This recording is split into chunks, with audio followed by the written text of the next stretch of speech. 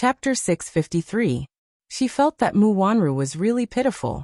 She was so affectionate to the man she loved, but in the end, she didn't know that she was just a pawn in Mu Yaja's hands. Pitiful, sad, but she didn't feel sympathy. Wasn't she asking for all this? Yin Shirshir was shocked and couldn't help but feel that it was unbelievable. Then, if it was her who returned to the Mu family 15 years ago, would she also become a pawn of a man? Then she's pregnant now. Whose is the child? She asked carefully. Mu Yaja glanced at her and then said, "It's not mine." "Then whose is it?" "Alan, my personal assistant. You probably haven't seen him before." Yin Shirshir thought about it carefully for a while. Amidst her thoughts, she quickly realized that she might have seen this man before. That day in the bathroom of the restaurant, she had seen a man who had an ambiguous relationship with Mu Wanru. Although Mu Wanru appeared to be distant from him, from the man's behavior and expression, and even the way he looked at Mu Wanru, it was silently announcing the intimate relationship between them. How intimate? She didn't know. "I've seen that man. He looks clean and gentle. He's probably the Alan you mentioned." "When?" "Just a few days ago. I met him in a restaurant." "You saw him?" "Yes." "What did she say to you?" Yin Shirshir's expression changed. "She told me that she's pregnant with your flesh and blood." Mu Yaja played with her fingers with interest, then suddenly looked up and glanced at her playfully. "So you're jealous?" It was not a rhetorical question but a statement. Because of jealousy, she put his number on the blacklist. "No." Yin Shirshir denied stubbornly. Mu Yaja obviously didn't believe her, and there was a playful smile in his eyes. "Little liar, you're obviously jealous." "No." "Okay, no." He smiled indulgently, but did not intend to argue with this woman who did not mean what she said. She didn't expect this little fool to be so arrogant. He liked her arrogance. He liked everything about her. Yin Shirshir stared at his handsome face and suddenly burst into laughter. She couldn't hide the smile on her face. "What are you laughing at?" Mu Yaja frowned and asked in confusion. "Our young master Mu has been cuckolded." Yin Shirshir teased mercilessly. Mu Yaja's expression instantly changed, and his eyes suddenly became as cold as ice. "It doesn't count." "Huh." He suddenly stood up and grabbed her wrists, pulling her into his embrace. Yin Shirshir was caught off guard and fell into his arms. Mu Yaja lifted her chin and said word by word, "You are my woman." "She's not." Yin Shirshir was shocked, and her eyes widened. "So it doesn't count." "I'm just joking, and you're taking it seriously?" Yin Shirshir covered her mouth and laughed. "Mu Yaja, you're really like a child sometimes." "No." Mu Yaja lowered his gaze and hugged her in his arms. Lowering his head, he pecked her fingertips and breathed out, "I'm your man." Yin Shirshir's cheeks blushed, and she pursed her lips without saying a word. "I'm your man, so I'll protect you." This was a responsibility that he had to fulfill as her man. She looked up and gently bit her lower lip with her pearly white teeth. Chapter 654. Her heart was deeply touched by his words. "Mu Yaja, are you not letting me into the Mu family to protect me?" "Huh. Why do you ask?" "Intuition, I guess." Yin Shirshir's eyes curved as her lips curled up slightly. "The Mu family gives me the feeling that it's a tiger's den. It doesn't feel warm at all. The family I want isn't like this. I won't let you step into such a scary place." Mu Yaja caressed her flawless face and could not help but touch her eyelashes. "I'll protect you and you well." Song Inya was sent to the hospital by a friend. The abrasions had already scabbed over, and the doctor cleaned and bandaged them for her. For an ordinary person, this was not considered a serious injury. However, for Song Inya, who had never suffered any injuries since she was young, this was probably the most serious one she had ever suffered. Along the way, she was depressed. When she thought of Yin Shirshir's heart-wrenching words, she felt extremely aggrieved. When Jiang Qiming and Song Yunxi saw her return, they wanted to invite her to eat dessert. However, when they saw her worried face and her limping, they looked at each other in shock. Jiang Qiming's heart ached and she immediately went forward to ask, "Enya? What happened to you?" Song Yunxi also hugged her shoulders nervously and asked a few questions. Song Inya did not say a word. He lowered his head until he saw the bandaged wound on her knee. He scanned her from head to toe, and saw that there were different degrees of abrasions all over her body. She was in a sorry state. Enya, what happened to you? Song Yunshi was a little anxious. Why are you covered in injuries? Brother. Song Enya's nose twitched. In the end, she could not hold it in and threw herself into his arms, wailing bitterly. Enya, what happened to you? Why are you like this? What exactly happened? Tell me. Jiang Qiming was also anxious at the side. However, Song Enya just kept crying sadly. She curled up in Song Yunshi's arms and cried as if the world was about to collapse. Song Yunshi's heart ached, and she was at a loss. However, at this moment, she didn't know what to do with her precious little sister. Jiang Qiming was also anxious at the side. Song Enya had always been the princess of the Song Yunshi family. She was the apple of her parents' eye and was especially doted on. However, when Jiang Qiming saw her precious daughter crying wantonly in Song Yunshi's arms, she could not help but feel a knife in her heart. But she couldn't do anything about her daughter. Her daughter had always liked to stick to her since she was young, but for some reason after puberty, she became less close to her. No matter what happened, he rarely mentioned it to her. Perhaps it was because he had matured and some things were inconvenient to tell her. Therefore, as her mother, Song Enya rarely told her what was on her mind. Instead, she was very close to Song Yunshi and would tell her everything. After all, Song Yunshi was the eldest brother in the family, and he loved his two younger sisters very much. Song Enya was very dependent on him. Hence Jiang Qiming gave Song Yunshi a look. The latter understood and lowered his head to Song Enya. Enya, tell me if there's anything. Brother will make a decision for you, okay? Song Enya nodded slowly and said in a choked voice, Brother, I'm so sad. I feel like I can't breathe. She thought of Yin Shishir's provocation in front of her. Every single word of his was still ringing in her ears. Chapter 655. She did not believe it. She really did not believe that Yin Shishir was Brother Mu's beloved woman. She also did not believe that Xiao Yichen was her and Brother Mu's child. However, facts spoke louder than words. Yin Shishir did not seem to be lying. The main thing was that she had carefully observed this woman's eyebrows and eyes. They really resembled Xiao Yichen's. Could it all be true? Years ago, there was a rumor that Mu Wanru was infertile. So the Mu family offered a sky-high price for Xiao Yichen to be a surrogate and not Mu Wanru's biological child. Could Yin Shishir be that mysterious surrogate mother? Song Yunshi brought her into the room and sat on the bed. Under Song Yunshi's gentle persuasion, Song Enya finally calmed down a little. She relied on Song Yunshi as much as anyone else. Song Yunshi was the only one who could truly tolerate her unreasonable behavior. It was to the extent that she was only willing to talk to him about anything. Brother, do you think it's possible between Brother Mu and me? Song Enya clenched her hands tightly and asked carefully. Song Yunshi was furious. He suddenly stood up with a gloomy expression. I knew it was him. Other than him, no one else has the ability to make you so distracted. He paced back and forth on the spot. Suddenly, he squatted in front of her and held her shoulders tightly. He asked seriously, Silly sister, do you like that man so much? I've told you many times that it's impossible between you and him. Didn't I tell you to give up? I like him. I've liked him for more than 10 years.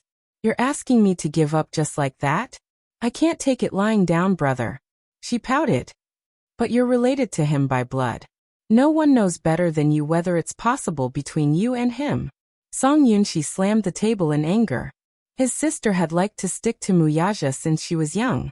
When they were young, she would follow him and call Muyaja uncle. But without the adolescent years of a young girl's heart, she felt that this uncle was constantly reminding her of their blood relationship. She deceived herself and changed the way she addressed Muyaja. It was as if this would shorten the distance between them. He didn't know what this girl was thinking. She was always talking about Brother Mu, Brother Mu. It was as if she had lost her mind. He was possessed by her. Irritated, Song Yunshi rubbed the hair on his forehead and glared at her in exasperation. The Missy was taken aback by his anger, but she persisted. So what if we're related by blood? I like Brother Mu and want to marry him. Nonsense. You're just messing around. Song Yunshi stood up angrily. Song Enya, you and I should call him uncle. You're his niece.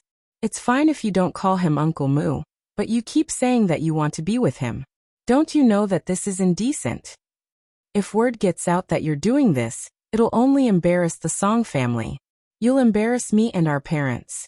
Song Enya was indignant. I have many cousins who are together, and their children are all very healthy. This isn't considered indecent, right? What are you doing? Are you lying to yourself? Song Yunshi glared at her angrily, and could not help but reach out to poke her head. Use your brain and think about it. If you marry your uncle, what will outsiders think? Chapter 656. You. Song Yunshi pointed at her and cried out in anger. Song Enya glared at her and pursed her lips stubbornly. However, looking at the tears in her eyes, Song Yunshi's heart softened. Let's not talk about this anymore. It's useless for me to talk about this.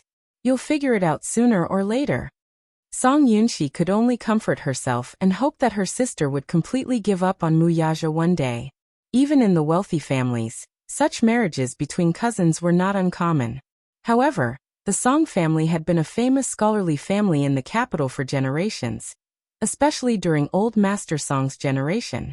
They were one of the 10 founding generals of the country and had outstanding achievements. Their status in the capital was important and illustrious. Even the Mu family had to give the Song family some face. Therefore, the Song family was strict. If old Master Song knew about this, he would probably be so angry that he would expel Song Enya from the family. Song Yunshi naturally could not let her sister go astray and sit back and do nothing. I can't figure it out. I really can't figure it out. I thought Brother Mu doted on me the most. I thought he liked me too. Song Enya could not figure it out no matter how hard she tried. She was the person Muyaja had always doted on the most. Even Mu Wanru, his fiancé, he had never doted on her so much. In Song Enya's eyes, Muyaja was cold to everyone else, but toward her, he doted on her in every possible way. She thought that she must be very special in Muyaja's heart. However, tonight's incident had dealt him a huge blow. There's a reason why he dotes on you so much. Don't you know? Song Yunshi felt that she was hopeless. What's the reason? Because you look very similar to Auntie Jiang. Song Yunshi sat in front of her and carefully looked at her face. From the photo, you look almost exactly the same. When Auntie Jiang passed away, almost no one could get close to Uncle Mu. Only you, because of your face, gave him great comfort. It is precisely because your face is similar to Auntie Jiang's that he would pour his longing for Auntie Jiang onto you. The so-called love. To put it bluntly, you are just a substitute. Understand? Auntie Jiang and I look alike? Song Enya touched her face in disbelief. She was obviously confused by Song Yunshi's words. Seeing her confused look, Song Yunshi was a little surprised. Didn't Uncle Mu mention it to you? He had heard about this from Jiang Qiming. Song Enya's face was very similar to Jiang Yishan's. When Jiang Yishan passed away, Muyaja locked himself in his room and did not come out. He did not eat or drink. In the Mu family, Muyaja's affection for his mother was deeper than anyone else's. The death of his beloved family member was a heavy blow to him. At that time, Jiang Qiming brought Song Enya to the Mu family to attend Jiang Yishan's funeral and mourn. That was the first time he saw little Enya. At that time, Muyaja, who was still young, stared at her for a long time. His face was expressionless as tears streamed down his face. He hugged her tightly in his arms. The more he missed Jiang Yishan, the more he doted on Song Enya. Song Enya was undoubtedly Muyaja's sustenance. He thought that Song Enya knew about this. Chapter 657. Song Yunshi sighed helplessly. That's because Auntie is the deepest pain in his heart. That's why he rarely mentions her. Song Enya was silent for a while before she suddenly asked, Brother, do you have Auntie's photo? What do you want to do? I'm curious. I've never seen Auntie's face before. After hearing what you said, I also want to see how similar I look to her.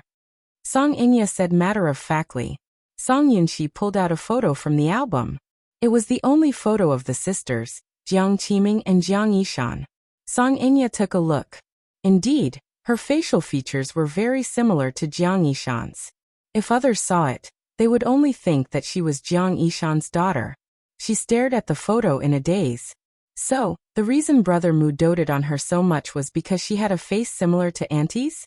Song Inya stared at the photo and could not help caressing her cheek. The corners of her lips curled into a sly, deep arc. She looked like Auntie Jiang. Did that mean that at least Brother Mu wouldn't hate her? Did that mean that she still had a chance? That Yun Shishir was nothing. Even if Brother Mu doted on her, it was at most a whim. Who knew? She might be smug now and abandon him not long after. However, Brother Mu would not abandon her. She loved him. Even if it was because of ethics, even if she did not have a proper status, she did not care at all. Her face was the bargaining chip that she held tightly in her hands. She must snatch Brother Mu back from that woman. Song Inya pursed her lips tightly. She did not know that she had such a unique advantage in the past. So what if she was a substitute? So what if she was just a part of Brother Mu? No matter what identity or method she used, as long as she could stay by the side of the man she loved, she would endure any grievances and use any means. Song Yunshi did not know what Song Inya was thinking in her heart at this moment. She only lifted a corner of her skirt and looked at the bloody gauze with extreme heartache. What's going on with your wound? Song Inya returned to her senses and looked at Song Yunshi's worried and heartbroken expression. She immediately pretended to be aggrieved and complained. Brother, someone bullied me. Song Yunshi was furious. Who bullied you? Yun Shishir. This is the woman who hit me. Hit you? Song Yunshi was so shocked that she stood up all of a sudden. Her handsome eyes were filled with anger. Who is Yun Shishir? Where did this woman get the guts to bully you? Woo-woo, sobbing, Song Inya recounted what had happened that night. This time, Song Yunshi was completely infuriated. Normally, he couldn't even bear to lay a finger on his precious little sister. But now, she had been bullied outside, and was even injured all over. How could he bear it? Song Yunshi clenched her fists and gritted her teeth in anger. That woman is called Yun Shishir, right? Brother, don't be angry. She seems to be Brother Mu's woman. Although she's quite arrogant, Brother Mu dotes on her, so she definitely has nothing to fear. You'd better not stand up for me. What if you offend Brother Mu? She's just a woman. Although the Mu family is powerful and influential, they still have to give the Song family some face in the capital. I don't believe that he'll offend the Song family for a despicable woman. Inya, don't be sad. I'll stand up for you. Chapter 658. The night was getting darker. Muyaja sent Yun Shishir home. Along the way, Yun Shishir was still immersed in the surprise just now and couldn't come back to her senses. Before this, Muyaja took her in a helicopter and flew around the island. This was her first time in a helicopter. It was very novel and interesting. Looking down at the night scene of the island from high up in the sky, the entire island was decorated with starlight. The colorful lights reflected on the surface of the lake, dyeing the surface of the lake into a beautiful color. At a glance, it was so beautiful that it was suffocating. Even though she was a little nervous when she boarded the helicopter for the first time, when she looked down at Hushin Island, she was deeply impressed by the beautiful scenery.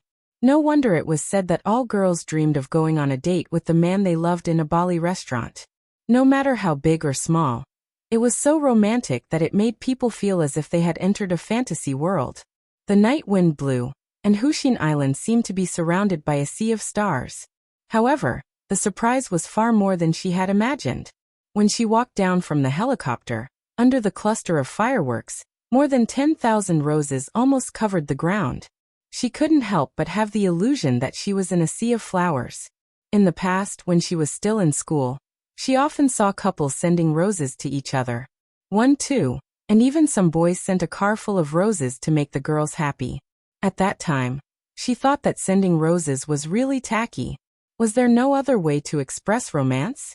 However, when she looked at the roses in front of her, which were like a carpet of flowers, against the gorgeous fireworks, reflecting the dreamy colors, she was so surprised that she was suffocating. It turned out that a sea of roses was so beautiful. It was so beautiful that she couldn't come back to her senses for a long time. Tonight's date had more or less satisfied all of her desires for a date. Muyaja glanced at Yun Shishir sitting in the passenger seat, who was holding her heart and lost in thought. He couldn't help but laugh. What are you thinking about? Muyaja, do you know? I originally thought that sending roses was tasteless. Yun Shishir turned to look at him, her eyes full of surprise. But tonight, I understand why girls like roses. Not only was he surprised, but he was also touched. She was so touched that she wanted to cry. It was a kind of touched feeling of being doted on. It turned out that girls all yearned for romance. Even in the past, he felt that giving a woman roses was very unromantic. But if it was someone she liked, that would be great. He had wanted her to stay by his side for one more night, but Yin Shirshir insisted on going home to accompany Yu. Previously, she had told Yu that she had to film a few scenes overnight, and would not be able to return home for a few nights. Yu's disappointed expression made her heart ache. Therefore, she wanted to hurry home and accompany him. The car stopped at the entrance of the villa. Yin Shirshir gets out of the car, and sees that the light in the study is still on. His heart skipped a beat. She subconsciously raised her hand to look at her watch. It was already past 1 in the morning. What was this child doing? Why aren't you asleep yet? Muyaja also got out of the car. When he saw that the light in the study was still on, he was stunned. The two of them looked at each other. In the study, Yin Tianyu sat in front of the computer with a frown and a serious expression. His fingers flew across the keyboard from time to time as he typed a series of instructions in the program window. On the screen, in the black interface, lines of code instructions were constantly being refreshed. Chapter 659. He stared at the screen expressionlessly. He was so engrossed that he did not hear the sound of the study room's door opening despite his usually sharp senses. There was a suffocating atmosphere in the study room. Yu stared intently at the screen as she browsed through the data on it. Her pinkish but tense face was filled with killing intent, and her eyes were as cold as ice. However, after a short while, the data on the screen suddenly turned red.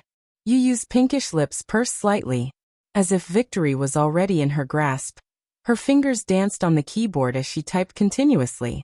Tap, tap, tap, tap. The tapping sound of the mechanical keyboard did not seem to stop. Other than that, there was only dead silence. He held his breath as his eyes shone like torches. A hint of mockery flashed across his eyes. Shortly after, the data seemed to have collapsed and turned into a garbled mess.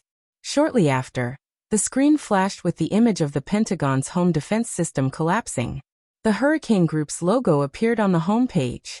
The boy's tense expression faded as an elegant smile appeared on his face. Humph. Trying to fight with me? You're overestimating yourself. He closed the interface and pushed the keyboard away. He slowly picked up the cup of Ceylon black tea beside him, and elegantly took a sip. At the bottom right corner of the window, Li Hanlin's video conference window kept flashing. He clicked on it, and the computer screen switched to a video. Li Hanlin's figure was exposed before the camera, and his face was filled with amazement. Oh my God! Yu, do you have to be so fierce? The Pentagon's defense system is broken just like that. He was already dumbfounded when he witnessed the collapse of the Pentagon's heavy defense net. This child's ability was beyond his expectations. The Pentagon's defense system was very strict. However, in the hands of this boy, the system was completely destroyed in just a few minutes. Did he have to be so fierce? Did he have to be so heaven-defying? How could this child have such terrifying lethality? Li Hanlin was so shocked that he could not speak. Heh.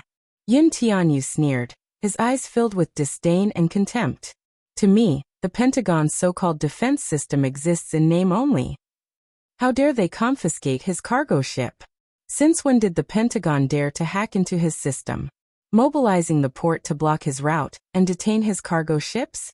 This was undoubtedly an act of twisting a tiger's whiskers. In the history of the American government, presidents would always do a few stupid things when they were in power.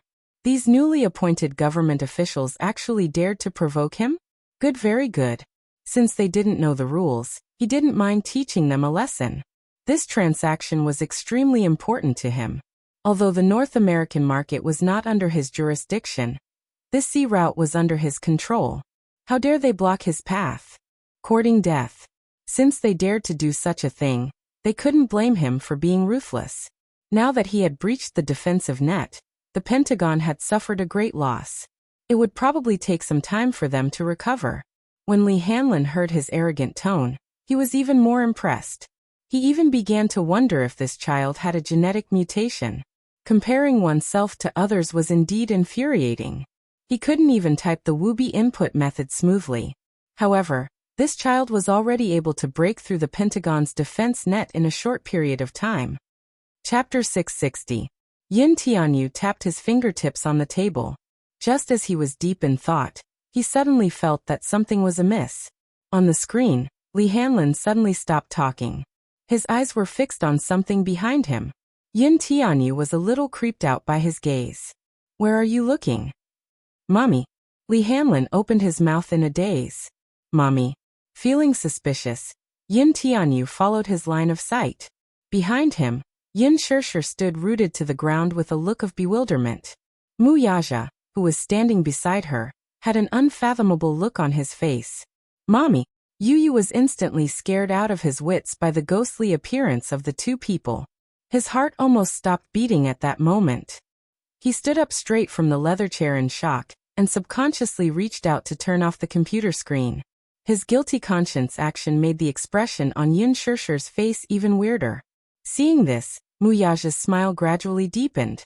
He was scared witless by Yin Shirshir's doubtful gaze. "Mommy, why did she come back at this time? Did she not say that she would be staying with the production team for a period of time, and could not return home?" He counted the days. She should be back the day after tomorrow at the earliest. Why was she now? Also, when did the two of them enter his study room? Like ghosts, they appeared behind him without a sound and did not say a word. Yu Yu patted his chest. He was scared to death. Did they have to be so scary? It was scary enough to scare someone to death, alright? He did not know when they came in and how much of his words they had heard. Yu Yu glanced at Mu Yaja again, and felt even more bewildered. Why was he here too? "Mommy, why are you back at this time?" Yu Yu changed from her kingly aura to that of an adorable little fairy. She reached out and tugged at Yin Shirshir's sleeve. Her tone was coquettish. Yin Shirshir stared at the changes in his expression. Suddenly, she asked in confusion, "Darling, what were you doing just now?" Yu Yu looked nervous and played dumb. I didn't do anything." He glanced at Mu Yaja warily. However, he had an "I know what you're doing" expression on his face. His heart trembled. Mommy didn't know much about things on a deeper level, so she naturally couldn't understand what he was doing just now. But Mu Yaja was different. Even if he didn't understand, he should at least understand some of what he said. Little Munchkin was a little worried. The situation just now was so intense that he could not spare any energy to pay attention to the things around him. Therefore, he did not notice when they opened the door and entered the study. She didn't even notice the sound of footsteps. Really? Yin Shirshir saw that he looked extremely guilty and was a little suspicious. "But I think I heard you say something about courting death?" Yu Yu was her gentle little god, her adorable little angel. How could he possibly say such cruel words? Yu Yu's brain suddenly stopped working. After thinking carefully, he immediately explained, "No. Mommy, don't think too much. Yu Yu was playing a game." "What game?" Red alert. Yu Yu explained, "It's a strategy game." "Then why did you say the Pentagon?" "This is how the game is played. You can win if you occupy the Pentagon." Yu Yu explained with a face full of cold sweat. She kept looking at Mu Yaja's expression. Chapter 661. The man's light gaze landed on him. Obviously, he understood what he was doing just now. This son of his was more impressive than he had imagined. He could actually break through the Pentagon's security system effortlessly. The student had surpassed the master. The father and son exchanged a look, each keeping a secret from the other. Yin Shirshir was skeptical. "Really? It's true. Mommy, Yu Yu was really playing a game." Yin Tianyu pursed his lips aggrievedly. His innocent and naive eyes were like those of a Bambi fawn as he launched a gentle attack on her. Yin Shirshir was finally defeated, but she could not help reprimanding him. "You should pay attention to the time when playing a game. It's already so late. Didn't I tell you to go to bed on time every day? Mommy isn't home, so why are you fooling around?" Yu Yu heaved a sigh of relief when he heard this. It seemed that his mommy believed him. Immediately, a pitiful expression appeared on his face. "I'm sorry, Mommy, I was wrong. I didn't do it on purpose. It's just that this round took longer than usual. Yu Yu won't do it again." There won't be a next time. Yin Shirsher reprimanded him. Yu Yu immediately nodded his head and pleaded. Mommy, Yu Yu is really hungry. Mommy will cook some noodles for Yu Yu, okay? With that, he pitifully tugged at the corner of her clothes and acted coquettishly. I really don't know what to do with you. Yin Shirsher's heart softened. I'll cook some noodles for you. Quickly tidy up the study room and go to bed after eating. Okay. Yin Tianyu immediately cheered and clapped his hands in joy. Yin Shirsher helplessly reached out to pat his head and left the study room to cook noodles. The father and son were left standing in the study room, facing each other. The gentleness and cuteness on Yin Tianyu's face instantly faded as he looked coldly at Muyaja. With an unfriendly look he questioned. Muyaja, why are you here? Muyaja looked down at him and couldn't help but say, ungrateful brat. Yin Tianyu frowned, not understanding what he was talking about. Muyaja smiled wickedly and squatted down to look him in the eye. When you lied to your mommy just now, I was kind enough not to expose you. Is this how you treat me the moment your mommy left? I'm not lying. I'm just playing a game. Little Munchkin shrugged innocently. Breaching the Pentagon's security program was indeed like a simple and low-level game to him.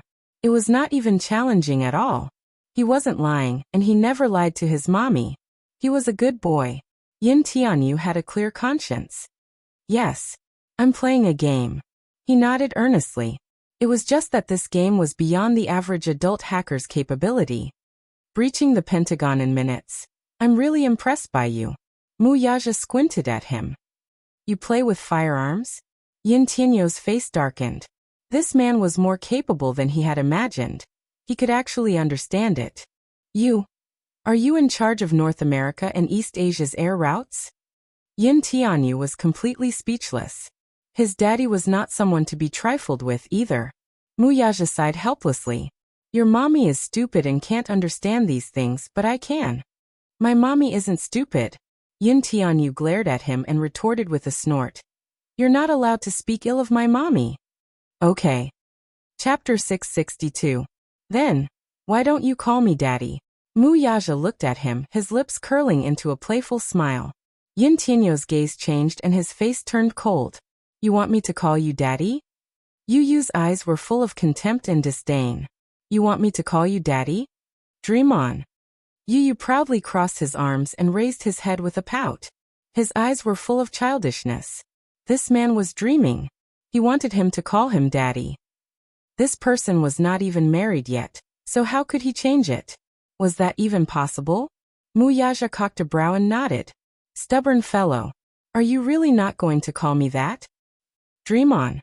These 3 words were a merciless rebuke.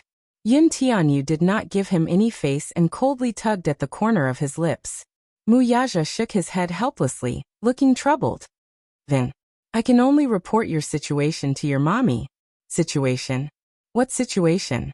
Yin Tianyu squinted his eyes warily and sized him up. His brows furrowed in confusion. What do you mean by that? Muyaja patiently guided him. Little thing. Guess what will happen if your mommy finds out that you're the boss of Leji Holdings? Yin Tianyu's good-looking brows furrowed slightly as he thought about it seriously.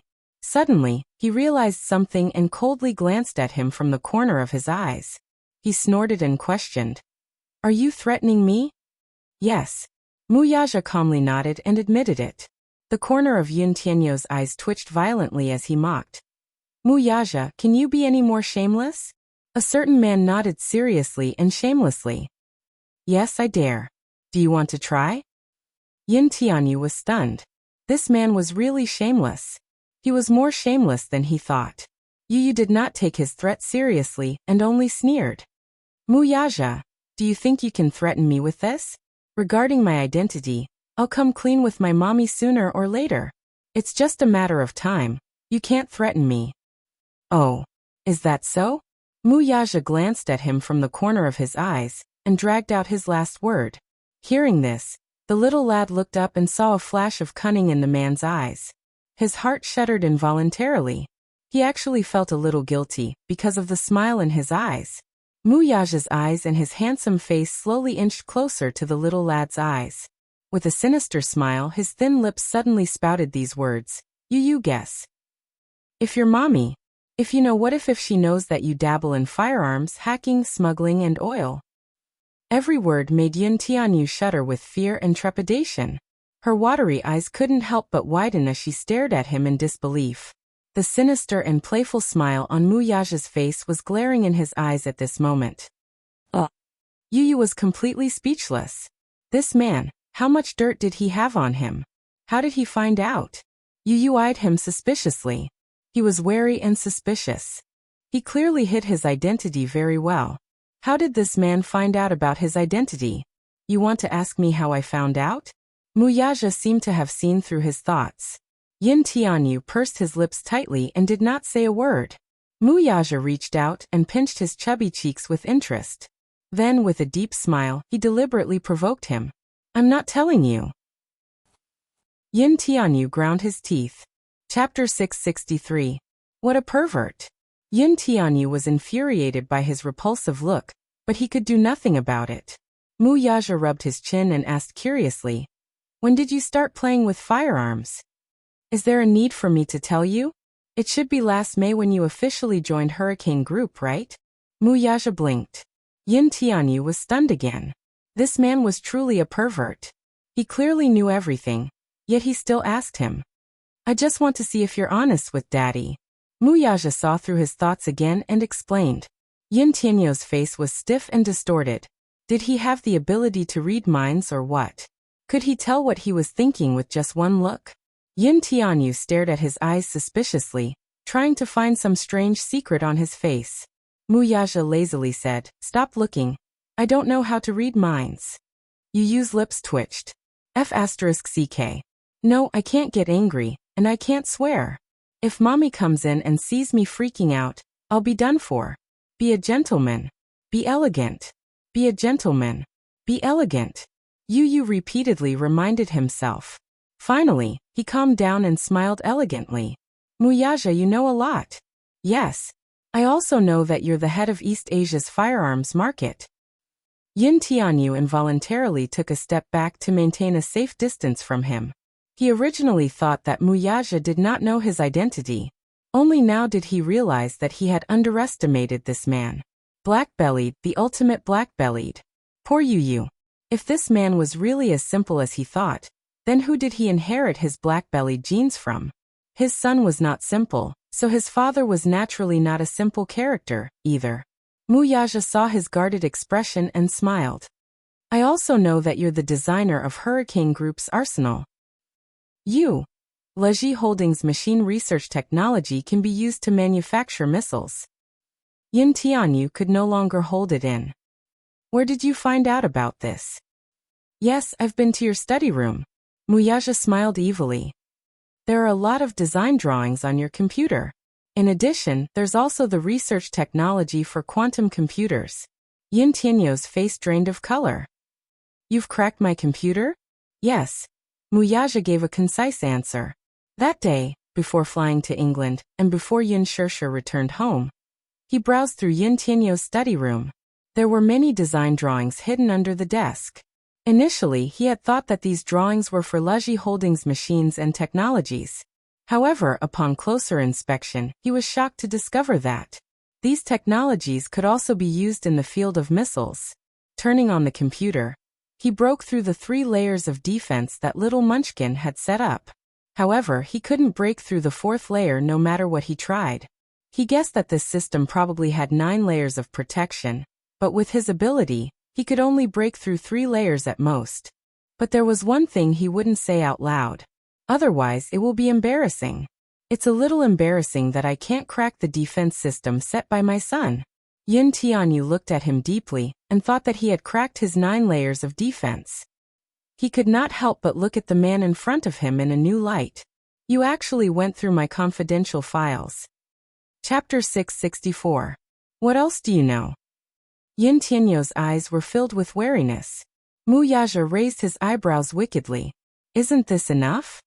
Arms smuggling and oil monopoly. This is a crime. I didn't expect my son to be the head of the arms syndicate. It's so scary. Mu Yaja patted his chest as if he were truly frightened. Yin Tianyu was completely speechless. Pretentious. What an actor. He clearly looked very calm, all right. How contemptible. This man was too black-bellied.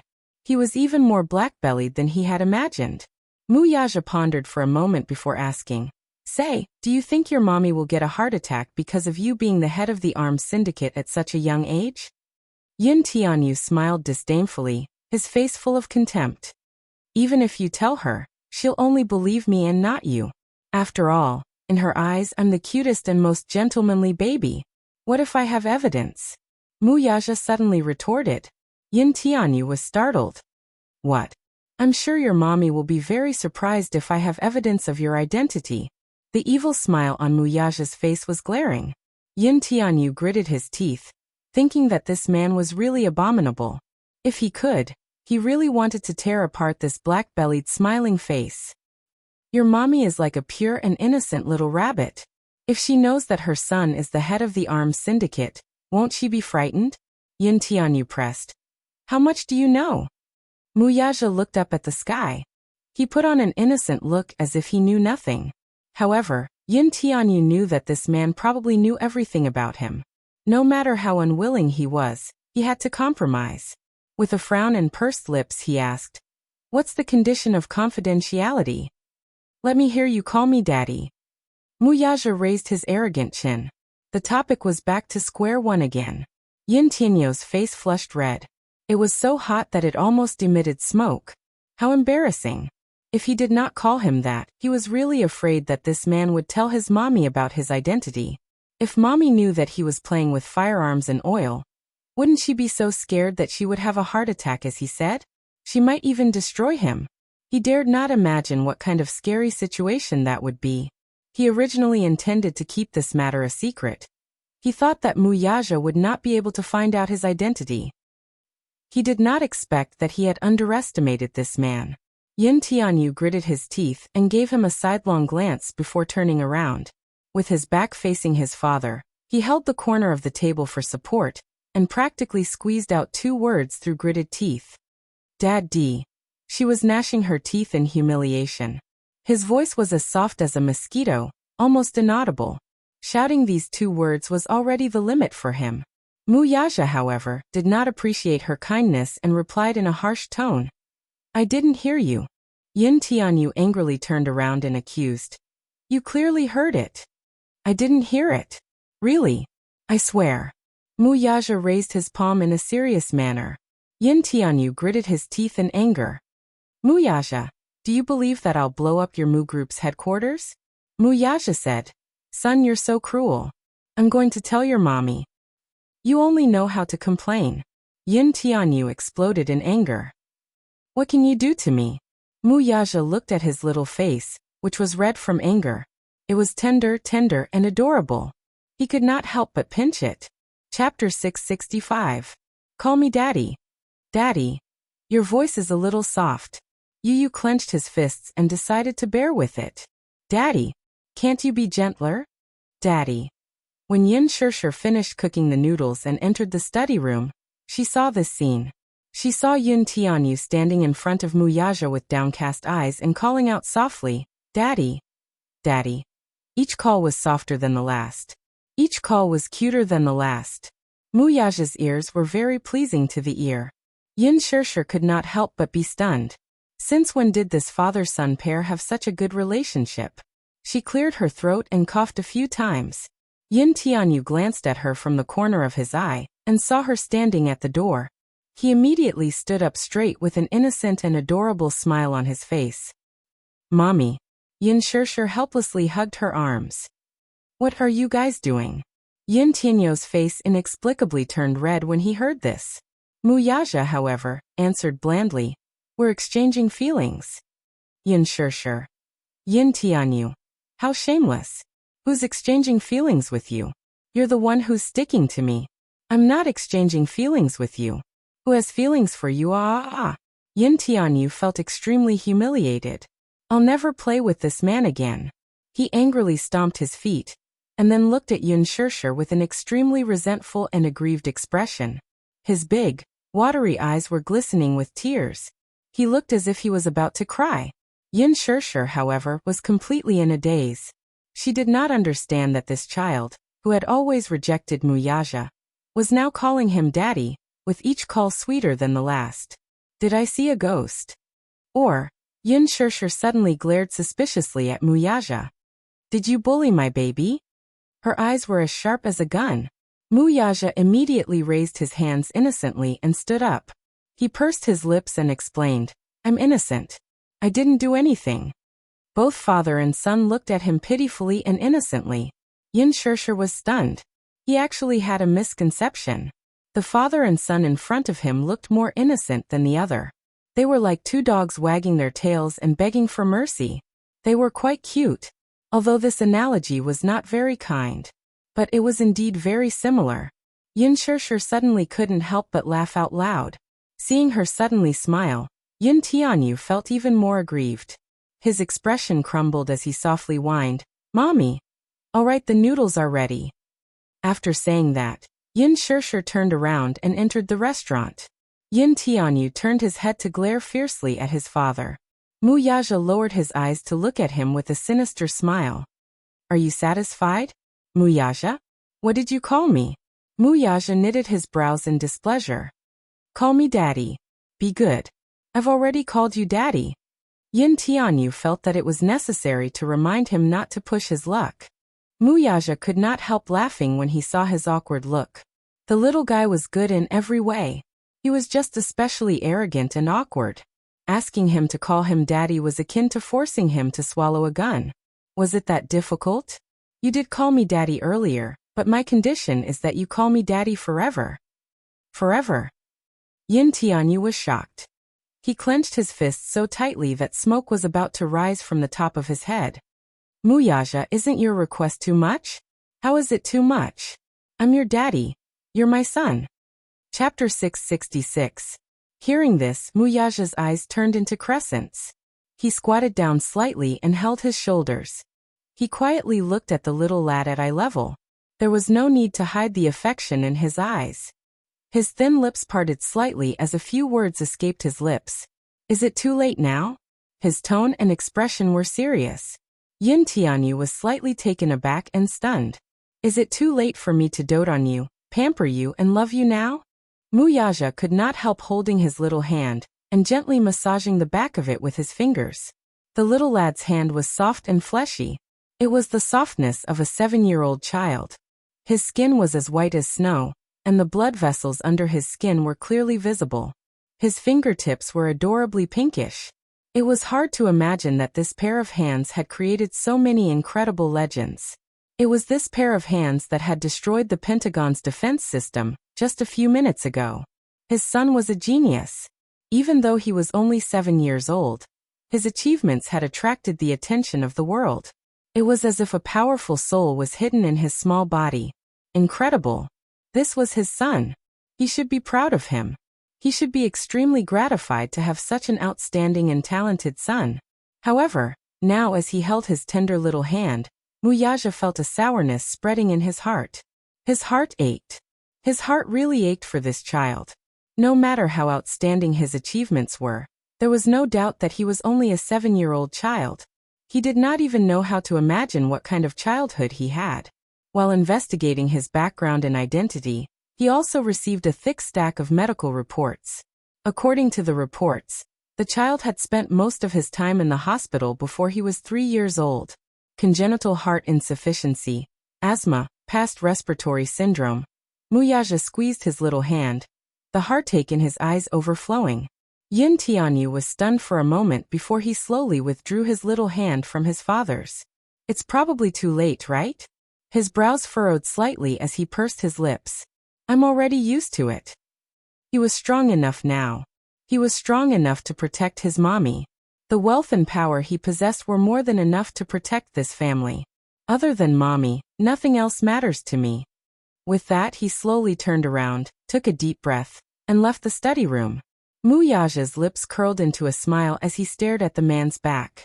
He could tell that the child yearned for his embrace so much. That day in the hospital, when she hugged him, her small hands carefully wrapped around his waist and nestled in his embrace. Although it was only for a moment, she was as obedient as a kitten that had retracted its claws. It was just that he was stubborn and stubborn. After all, 7 years of estrangement was neither deep nor shallow, but there was still a chasm between them. It seemed that it would not be easy to walk into his heart and make him accept him as his father. Yun Tianyu was holding a bowl of noodles in satisfaction when she entered the dining room. The moment she saw him, her gaze instantly changed, and her expression became somewhat complicated. Yin Shishir asked, Yu, how's mommy's cooking? Great. Yu clapped his hands and was not stingy with his praise. The noodles were not burnt. The noodles were not half-cooked, and the taste was not salty or bland. Her cooking had improved. Chapter 667. As long as he did not get food poisoning after eating it, he would like anything his mommy made personally. He would not reject anything. Yin Shishir also prepared Muyaja's portion. The man sat at the table and took a bite too. His brows furrowed. This time, her culinary skills did not amaze him as much as the previous time. Moreover, there was a little too much salt, so his throat was a little sore. It was not up to standard. What he did not know was that the noodles Yin Shishir made the last time he tasted it was the best she had ever made. Yin Shishir noticed his frown and asked anxiously, What's wrong? It doesn't taste good. Muyaja put down his chopsticks and opened his mouth. Just as he was about to give his review, he was acutely aware of a warning gaze on him. He followed his line of sight and saw Yun Tianyu clenching his chopsticks tightly. His piercing gaze seemed to be warning him that he would only accept 5-star reviews and not negative ones. If you can do it, then do it. If you can't, then don't talk nonsense. It was as if he were to give a negative review of this bowl of noodles, the little lad would blow up the Mu Group's headquarters in a fit of rage the next second. He was simply a mommy protector. Under Yun Tianyu's icy gaze, Muyaja cleared his throat and praised against his will. Yes, it tastes good. Only then was Yin Tianyu satisfied. Yin Shishir raised her brow in surprise. Really? It's really delicious. Yin Tianyu said. My mommy is a 5-star chef. Muyaja's lips twitched. This flattery was not exaggerated at all. If such a standard was a 5-star chef standard, then all the hotels under the Mu Group should close down. Seeing his strange expression, Yin Tianyu's icy gaze pierced him like a ray. It was as if he was asking, Why? Are you not convinced? Convinced. Muyaja hardened his heart, gritted his teeth, and forced himself to finish the noodles. Yin Tianyu, on the other hand, was quietly lowering his eyelashes. Be it his posture or his movements, they were incomparably elegant. He was a living example of an aristocratic little gentleman. It was as if he were not eating a bowl of home-cooked noodles, but was in a high-class Western restaurant. He had a natural aristocratic temperament. Just a bowl of noodles was enough to show that he was an aristocrat. He was not an ordinary person. When Yin Shishir saw that Muyaja had finished all the noodles, she was delighted. Doesn't it taste great? Very good. Muyaja praised against his will. As he spoke, he took the handkerchief and carefully wiped the corners of his lips. In our family, Yu's cooking is the best. If there's a chance next time, you should try it. Yu immediately said cutely. Yu only cooks for mommy. With that, he gave Muyaja a disdainful look. It was as if to say, Give up. He only cooks for mommy and won't cook for you. This lad, he was too biased. Muyaja's eyes expressed his protest. Yin Tianyu's eyes expressed his protest. He refused to admit, accept, or carry it out. His protest was invalid. The two of them, one eyebrow and one eye, faced each other in the air. They did not speak and only communicated with their eyes. Yin Shishir watched them exchange flirtatious glances, and was a little confused. However, she couldn't understand why the two of them were exchanging glances with each other. This was probably a special tacit understanding between father and son. After this incident, Yin Tianyu realized with regret that he seemed to have suffered a huge loss.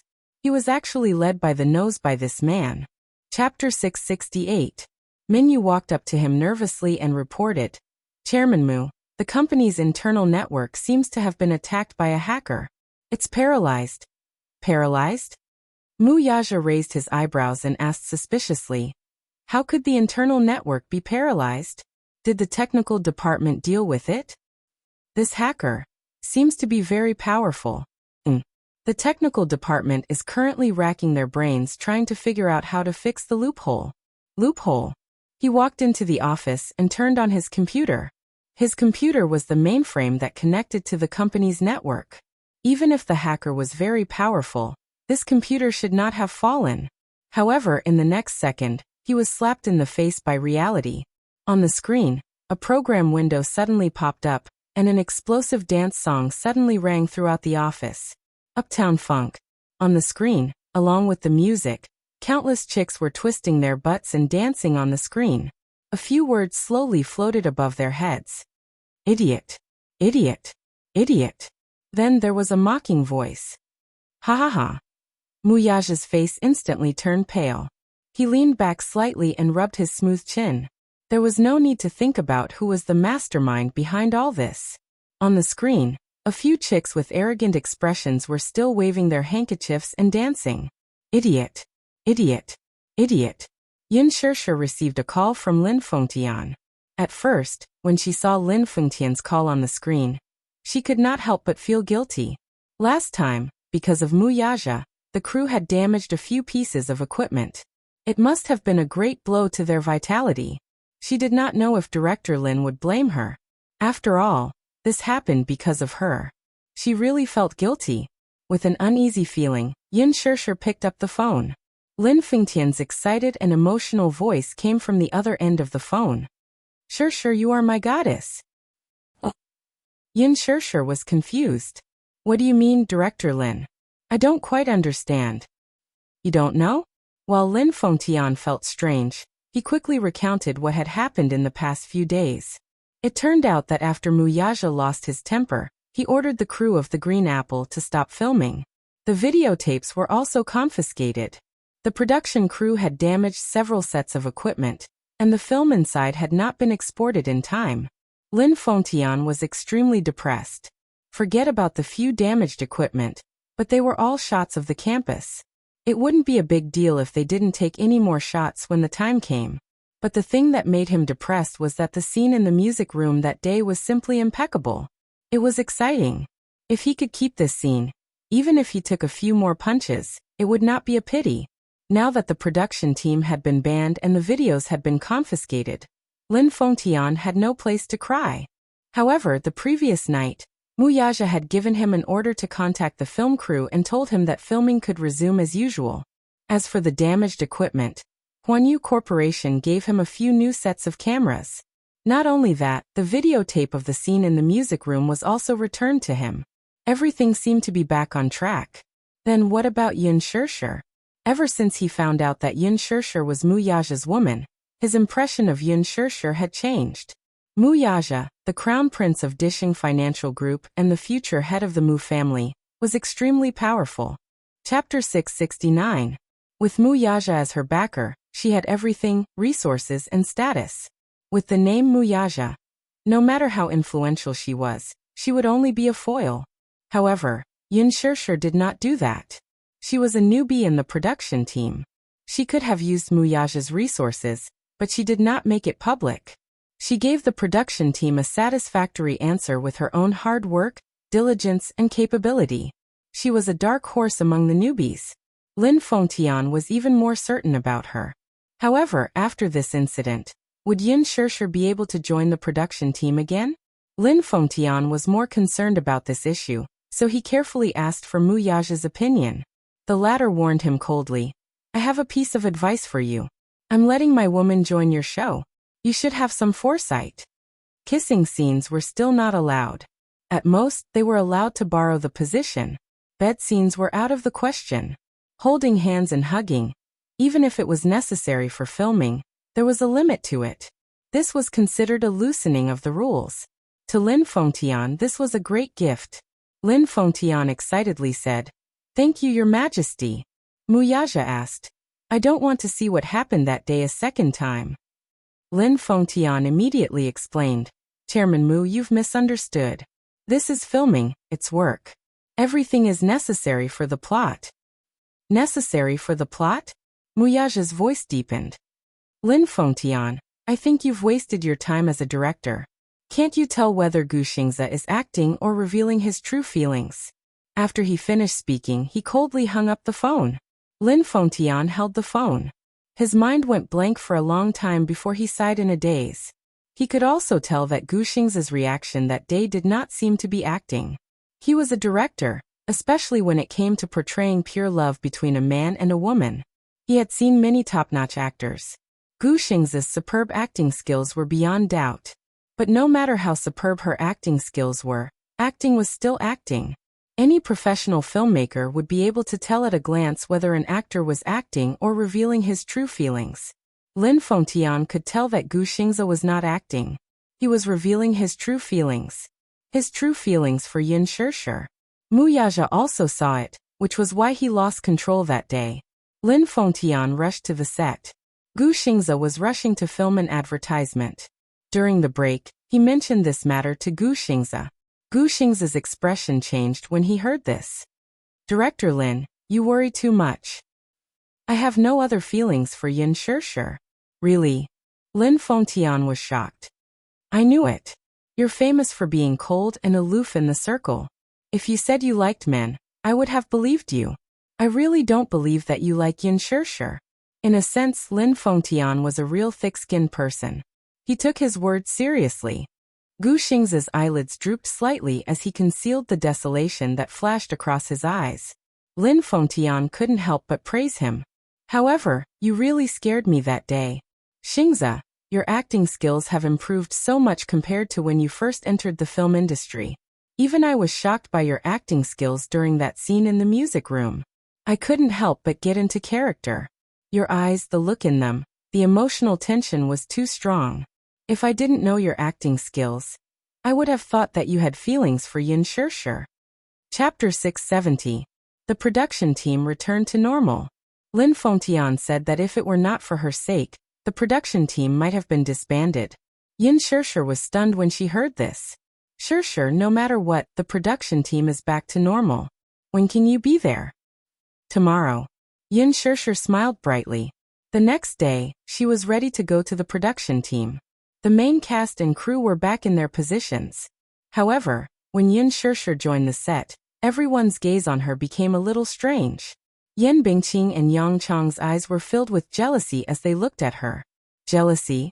Yin Shishir was confused by these pairs of eyes, and had no idea what was going on. Mu Shi also rushed to the production team in the afternoon. When she saw Yin Shishir, her expression was a little strange. Yin Shishir could not help it. What's wrong with you guys? Why are you all staring at me with such strange eyes? Mu Shi said embarrassedly, Shishir, sorry. You misunderstood me. I didn't expect you to come to the production team for filming. I'm surprised. Why do you think so? Cough. It's because you're now the unspeakable goddess in the production team. Everyone wanted to worship her like a goddess. Yin Shishir did not understand what she meant. What unspeakable goddess? What was all this about?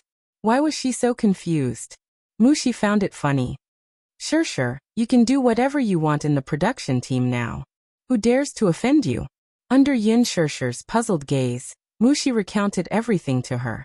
It turned out that before she came, Lin Fengtian had gathered everyone for a secret meeting. The topic of the meeting was mostly related to the reorganization of the production team, and one point was mentioned.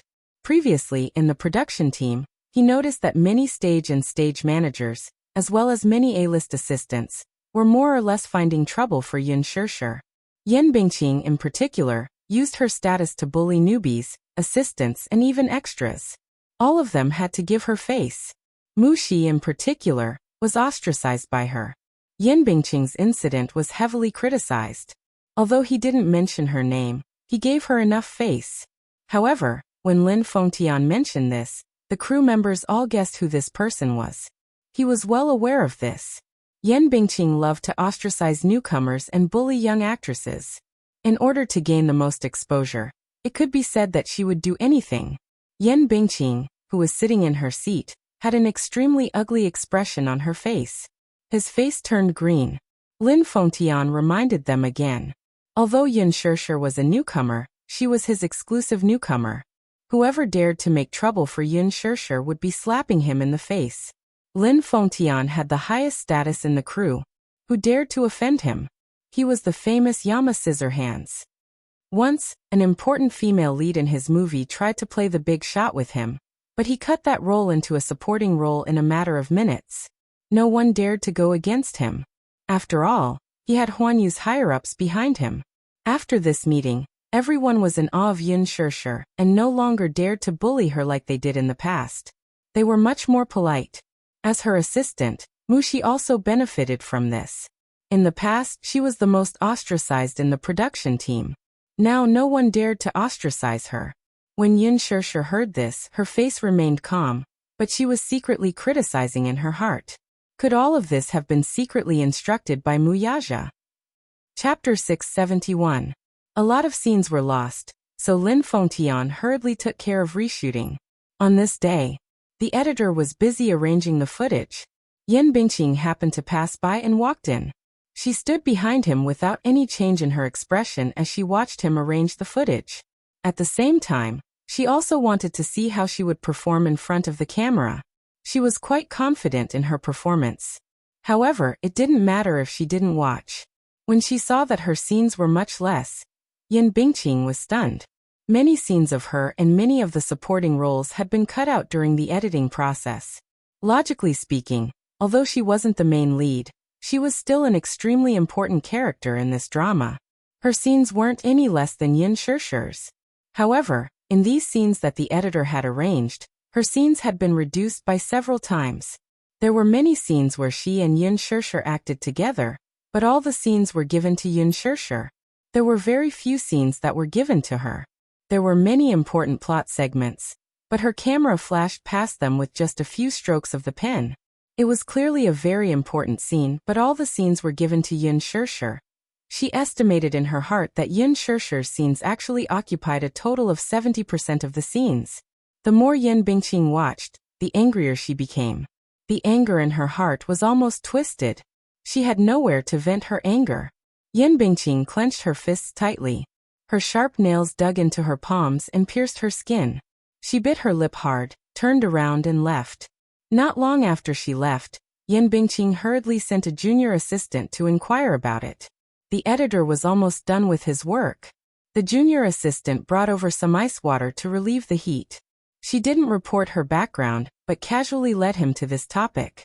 "Sir, have you finished editing all these scenes?" The editor was grateful for her thoughtfulness. Now that his work had come to an end, he had the leisure to chat with her. "It's not done yet. It's just that the scenes that were selected will be re-edited later. I just took a rough look and realized that Yin Shishir has a lot of scenes." "Oh, Director Lin picked all of these," the editor said ambiguously. The assistant had been working for Yin Bingqing for many years, so he was smart. After chatting for a while, and completely dispelling Yin Bingqing's vigilance, he suddenly cut to the topic. "There are several scenes with Yin Bingqing and Yin Shishir. Why is Director Lin only focusing on Yin Shishir's scenes and throwing away Yin Bingqing's scenes?" The editor wasn't wary of the probing in her words. Instead, he said bluntly, "I was there when Director Lin chose these shots. I watched him choose them." "Oh, is there gossip? I say, why are you so nosy? Don't ask about anything in the production team." The editor lit a cigarette and narrowed his eyes. The junior assistant was quite pretty. She acted coquettishly in front of him. The editor couldn't resist and said bluntly, "Director Lin said that Yin Bingqing looks too old in some of the scenes. Moreover, she acted as a rebellious high school student like a white lotus." "Oh, I see." The junior assistant listened and noted it down in her heart. "Moreover, you didn't see those scenes with Yin Bingqing. I can't stand it." Chapter 672. But Yin Bingqing is a big shot after all.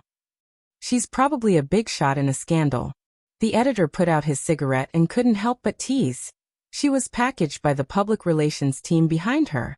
Hyping up the topic and snatching exposure, there was really nothing to say about those methods.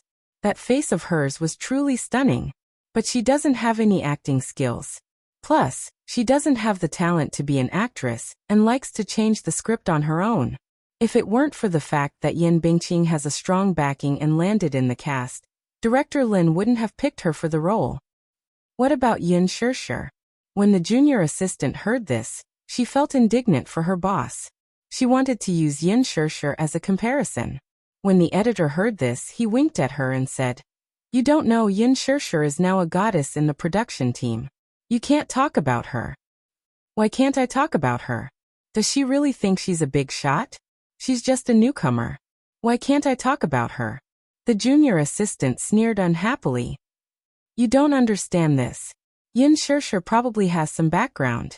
I've been with Director Lin for 9 years, and I've never seen Director Lin take so much care of an actress. Look at Gu Xingze. When he first appeared in Director Lin's film, he was also scolded badly by him. Yin Shirshir is different. Of course, this newcomer has acting skills and is capable. She's also more photogenic than Yin Bingqing. In Director Lin's eyes, she must be a treasure. Then what do you think of Yin Bingqing's acting skills compared to Yin Shirshir's?" The editor smiled contemptuously, but couldn't be bothered to comment further. He only spat out 3 words and asked her in return, "Can they be compared?" The junior assistant returned to the lounge and told Yin Bingqing everything she had found out. She added some details and told Yin Bingqing. Yin Bingqing was so angry that she flipped the table on the spot. This was too much. What did she mean by a white lotus? What did she mean by a vase with bad acting skills? What did she mean by comparing herself to Yin Shirshir? Could they be compared? That was too much. Yin Bingqing was so angry that her face was gloomy and ashen. She couldn't wait to rush in front of Yin Shirshir and tear this B***tch into pieces, so as to avoid being an eyesore in front of her all day long. She had just debuted, yet she was already able to star in Lin Fengtian's film. Furthermore, she was the female lead. Was she very proud of that? This was not the only thing she hated the most. What kind of dog**t luck did Yin Shirshir have? Not only did Lin Fengtian praise her so much, but she even managed to get a gold medal team like Qin Zhou to join her. Over the past 2 days, Yin Shirshir's behind-the-scenes footage on Weibo had caused a lot of heated discussions. Yin Shirshir's behind-the-scenes photos of her wearing a school uniform once dominated the hot search list. Yin Shirshir's performance as Yin Xiachuan satisfied all fans of the original novel's fantasies. Even the author of the original novel reposted the post. "This is the Yin Xiachuan in my heart, invincible in youth." Qin Zhou even made use of the resources in his hands to release press releases for several days in a row, wantonly promoting Yin Shirshir. In the press releases, he praised Yin Shirshir and did not forget to trample on her and Yang Mi, using them as a stepping stone. This Qin Zhou's packaging skills were top-notch, and his methods of promoting were top-notch. Even if the public relations team behind Yin Bingqing did not want to be outdone, and also release press releases to trample on them, they could not withstand Qin Zhou's overwhelming press releases at all. Why? It was because Qin Zhou had close ties with almost all the major media companies. Back then, he had relied on Gu Xingze's golden resources accumulated over the past 10 years. Now almost all of them were spent on Yin Shirshir. He spent a lot of money. Chapter 673. Putting this aside, the main point was that with Qin Zhou's status and backing, who would dare to go against him? Yin Bingqing's team had just released a few articles about Yin Shirshir when Qin Zhou ordered his men to replace them. There was no room for negotiation at all. Yin Bingqing, Yang Mi, and the rest were furious, but they did not dare to say anything. Offending Qin Zhou was undoubtedly courting death. Qin Zhou and Gu Xingze had held Huanyu shares in their early years and had a seat on the company's board of directors. They were also part of the company's upper management. If they offended the company's upper management, they could be banned or frozen in a matter of minutes. Yin Bingqing did not dare to go against Qin Zhou. Hence, she allowed the manager to consume her exposure to boost Yin Shirshir's popularity. However, now that even her scenes with Yin Shirshir were edited to such a ridiculous state, Yin Bingqing could no longer sit still. She was too aggrieved. She had never been so aggrieved before. This Yin Shirshir was so capable.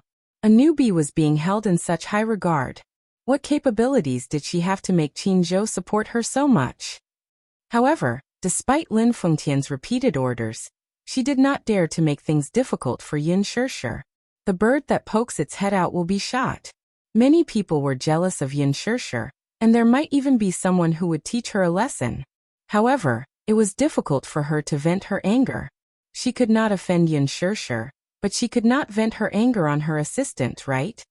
Hence, during lunch, Yan Bingqing accidentally splashed the boiling hot tea in her cup onto Mu Xi. Mu Xi screamed in pain.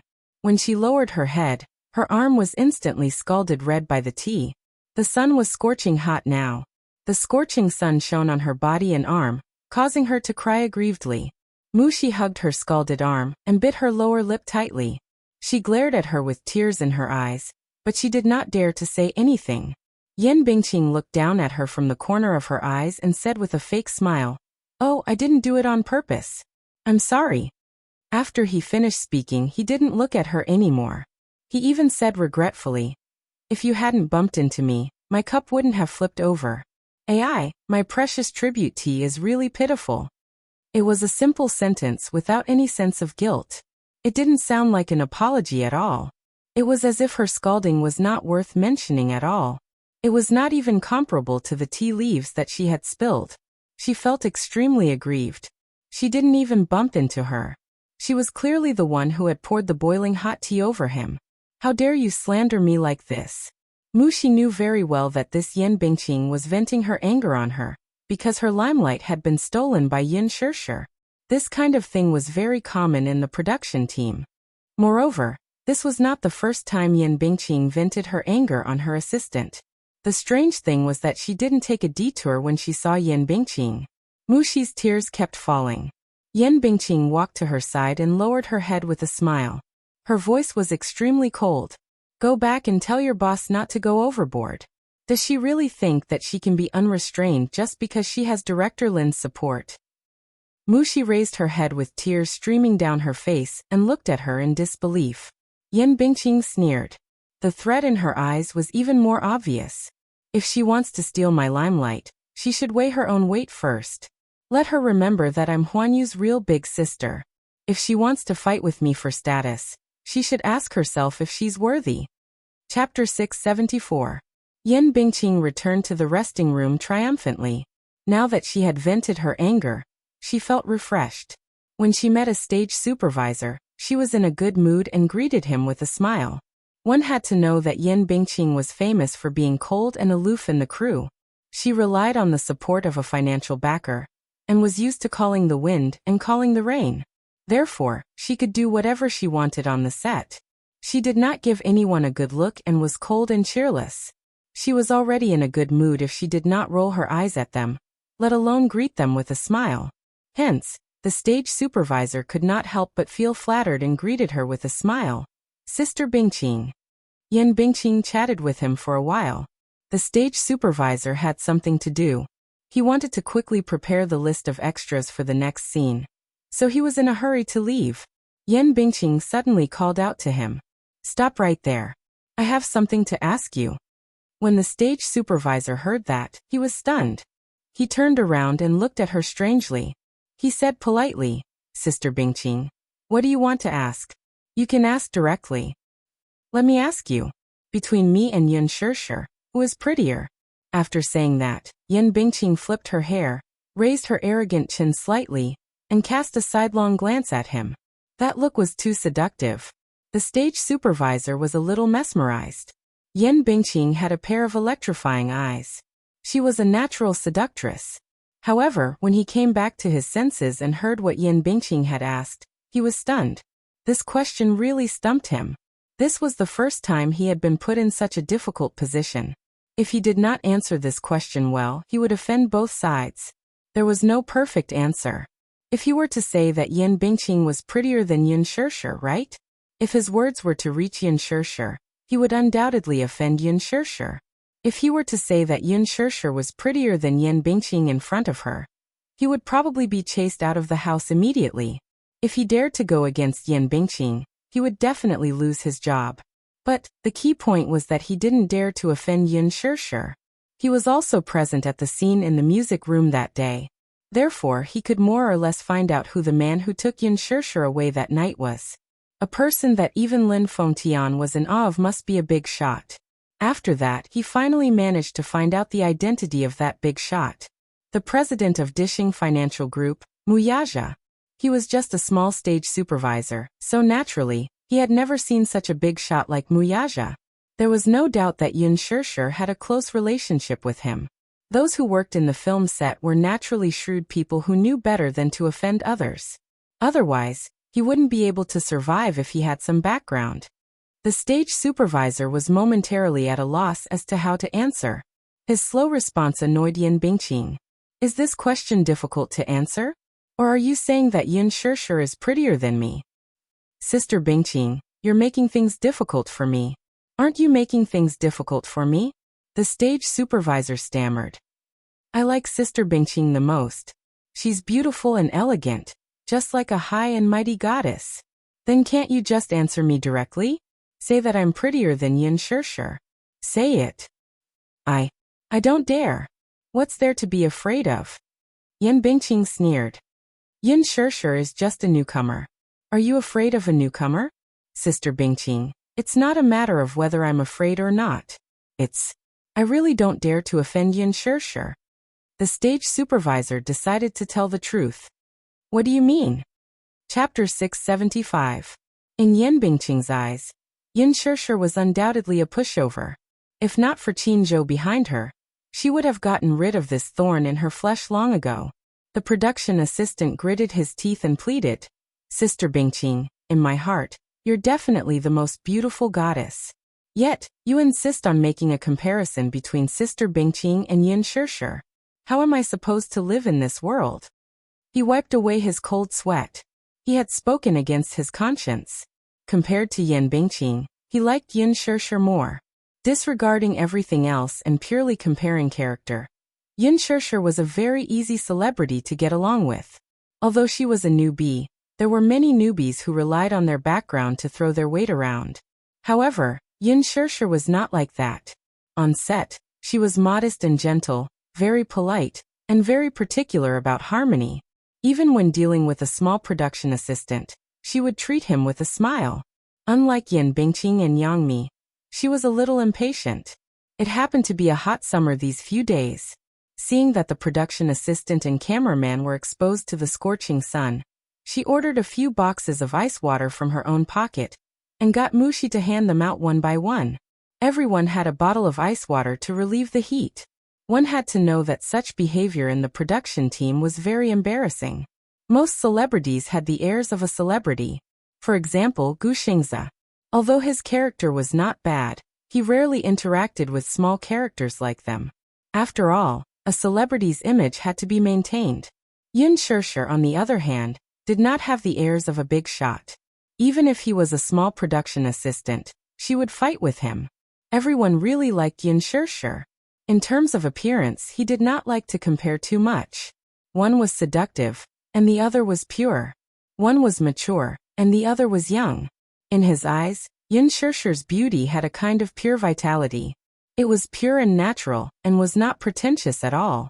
Moreover, with makeup, her facial features could adapt to the challenge of any role. The reason Yan Bingqing's acting path was very narrow was that no matter what she acted in, she always had an overly flirtatious face. She was clearly playing the role of a queen, but she acted as a silly and sweet white lotus. Yun Shirshir had a wide range of acting skills. First of all, her facial features could be adapted to any kind of makeup, and it didn't look out of place at all. Lin Fengtian was extremely picky, but he was full of praise for Yun Shirshir. Amidst the awkward atmosphere, one of Yan Bingqing's trusted aides, whom she had planted beside Yang Mi, ran over and sent the stage supervisor away. She cautiously asked, Sister Bingqing, earlier, did you splash tea on Yun Shirshir's assistant? How did you know? Yan Bingqing didn't show the slightest bit of fear on her face. Instead, she smiled calmly and said, I didn't do it on purpose. What are you making a fuss about? I just heard that the little assistant had blisters on her hands. But Yun Shirshir is still filming and hasn't returned yet, so she doesn't know yet. So what if she knows? Yan Bingqing didn't think much of it. Do you think she'll eat me up? Sister Bingqing, if you ask me, you'd better hurry and apologize to Mu Shi. What? Yan Bingqing widened her eyes and laughed in anger. You want me to apologize to a little assistant? There's no choice. I'm just reminding you out of goodwill. That person didn't dare to say it out loud, and could only remind her carefully. You weren't there that day, but I was. Yin Shishir is a newbie, and her background is a little unfavorable. Sister Bingqing, you'd better not offend her. In terms of background, how can she be compared to me? Chapter 676. That person only shook her head and said ambiguously, "It's hard to say." Yen Bingqing quickly asked, "What do you mean by that?" However, this person was unwilling to say more. Yen Bingqing, on the other hand, did not think much of it. No matter how big her background was, could it be bigger than the sky? She had Yang Shouqing backing her up. In the afternoon, Yin Shishir's scenes ended. When she returned to the waiting room, she saw Muxia arranging her makeup tools. Her eyes were red. Seeing her return, she immediately forced a smile and said, "Shishir, you're back. What happened to you?" Yin Shishir's mind was extremely sensitive. She could tell at a glance that something was wrong with her face. She walked over and looked at her face up close, only to find that her eyes were unbelievably swollen. She frowned and asked with concern, "Why are you crying?" "No." Muxia quickly turned her face away, not wanting her to see it. There were only a few reasons. Yin Shishir was so good to her. Seeing that she was being bullied by Yen Bingqing, she would definitely come to her door to argue. She did not want Yin Shishir to offend Yen Bingqing because of her. There was no need for that, was there? It was just a small injury on her arm. After washing it with cold water, it was much better. It was not a big area, so it would be fine after the blisters subsided. Muxia only wanted to keep the peace. Yin Shishir was slightly displeased when she saw her evasive expression. "Moo, what's wrong with you? Why do you look a little weird? Who bullied you? Tell me directly." Muxia hurriedly shook her head. "No. Don't think too much. Liar. Look at you, your eyes are swollen. You must have been bullied and cried." Yin Shishir pushed her hair away with heartache, but from the corner of her eye, she saw that her sleeve was tightly covering her arm. It was a hot day. In the past, her sleeves would be rolled up at this time. Now one of her arms was tightly covered. Yin Shishir feels strange. She grabs Lin Luoran's arm and coincidentally holds the place where Lin Luoran was burned. Muxia shuddered in pain, but she seemed to be holding it in, and only let out a muffled groan. He retracted his arm. Yin Shishir's heart skipped a beat. She hurriedly lifted her arm up to take a look, only to see that it was scalded red. Startled, she immediately asked, "What's going on?" "I'm fine. I accidentally scalded myself." "Who did this?" Yin Shishir raised her voice slightly. Muxia's body trembled. Seeing that she was angry, she had no choice but to confess everything that had happened earlier. Yin Shishir was so angry that her face turned ugly. How can she be so outrageous? Yen Bingqing's temper has always been like this. Whenever something doesn't go her way, she will lose her temper. Everyone is already used to it. Sure. Do you still remember that assistant I mentioned to you before? She directly splashed me with boiling water and scalded a layer of my skin. But what can you do? Yen Bingqing has a sugar daddy backing her. No one can afford to offend her. She can be so lawless just because she has someone backing her. Yin Shishir found it a little unreasonable. This is too much. It's simply too much. Yes. No one dares to offend her though. It's already considered good that I was splashed with tea by her. She's used to being lawless and arrogant. You can bully me. You can't bully my people. Yin Shishir pulled her hand and walked out. Muxia exclaimed, Shishir, where are you going? Chapter 677. She had only been away for half a day, yet she had already dared to bully her. Yen Bingqing was too much of a bully. Muxia stubbornly refused to leave, and repeatedly told her to forget about it. Sure, we don't have to offend her. Yen Bingqing's influence is quite big. Quite a few young actresses are suppressed by her. She usually associates with many rich and powerful young masters. We can't win against her. I'm not going to become enemies with her. I'm just trying to reason with her, Yin Shishir said unhappily. Reason? Muxia laughed and said helplessly. This industry is like this. There's no reason. It only cares about whether you have the ability, power, background, backing, and resources. People in this industry only care about this. Reason is a joke in their eyes. I don't want to cause trouble for you. Since I've chosen this job, I'm already mentally prepared. Alright, I have my own opinions. No matter what, she has to apologize to you today. With that, Yin Shishir held her hand and walked toward Yan Bingqing's lounge. Mu Shi followed behind and could not help but feel that Yin Shishir's image had suddenly become bigger. It was not that she had never been an assistant to other celebrities. The so-called assistant could be said to be livestock that worked like a cow or a horse. If a celebrity was unhappy, they could beat or scold her as they wished. Being an assistant was tough. On the surface, it seemed to be glorious and could be in the same frame as many celebrities and be in close contact with them. But in reality, being an assistant was the most difficult and the most vulnerable. There was no such thing as a celebrity who truly treated you as a friend. However, Yin Shishir's appearance had shattered her understanding. It turned out that there was someone as amiable as Yin Shishir among celebrities. Mu Shi was indescribably grateful to Yin Shishir. Yan Bingqing's lounge was a VIP lounge that she had designated. It was luxurious and high-end, even a grade higher than Yin Shishir's. Yan Bingqing was very particular about the equipment on set and had strict requirements. This lounge was originally prepared for Yin Shishir, but Yan Bingqing snatched it away. Yin Shishir didn't care and gave it away. Anyway, it was just a lounge. To her, it didn't matter at all. At the entrance of the lounge, Yin Shishir walked in as if there was no one else around. Yan Bingqing, who was in the midst of putting on makeup, had a rough idea of what was going on when she saw her walking in with Mu Shi. She had long expected this to happen. She wasn't afraid that Yin Shishir would come looking for her. Since she was here, she could give her a show of strength and teach her a lesson. Yan Bingqing smiled and asked, "What's wrong? Sister Bingqing, are you busy?"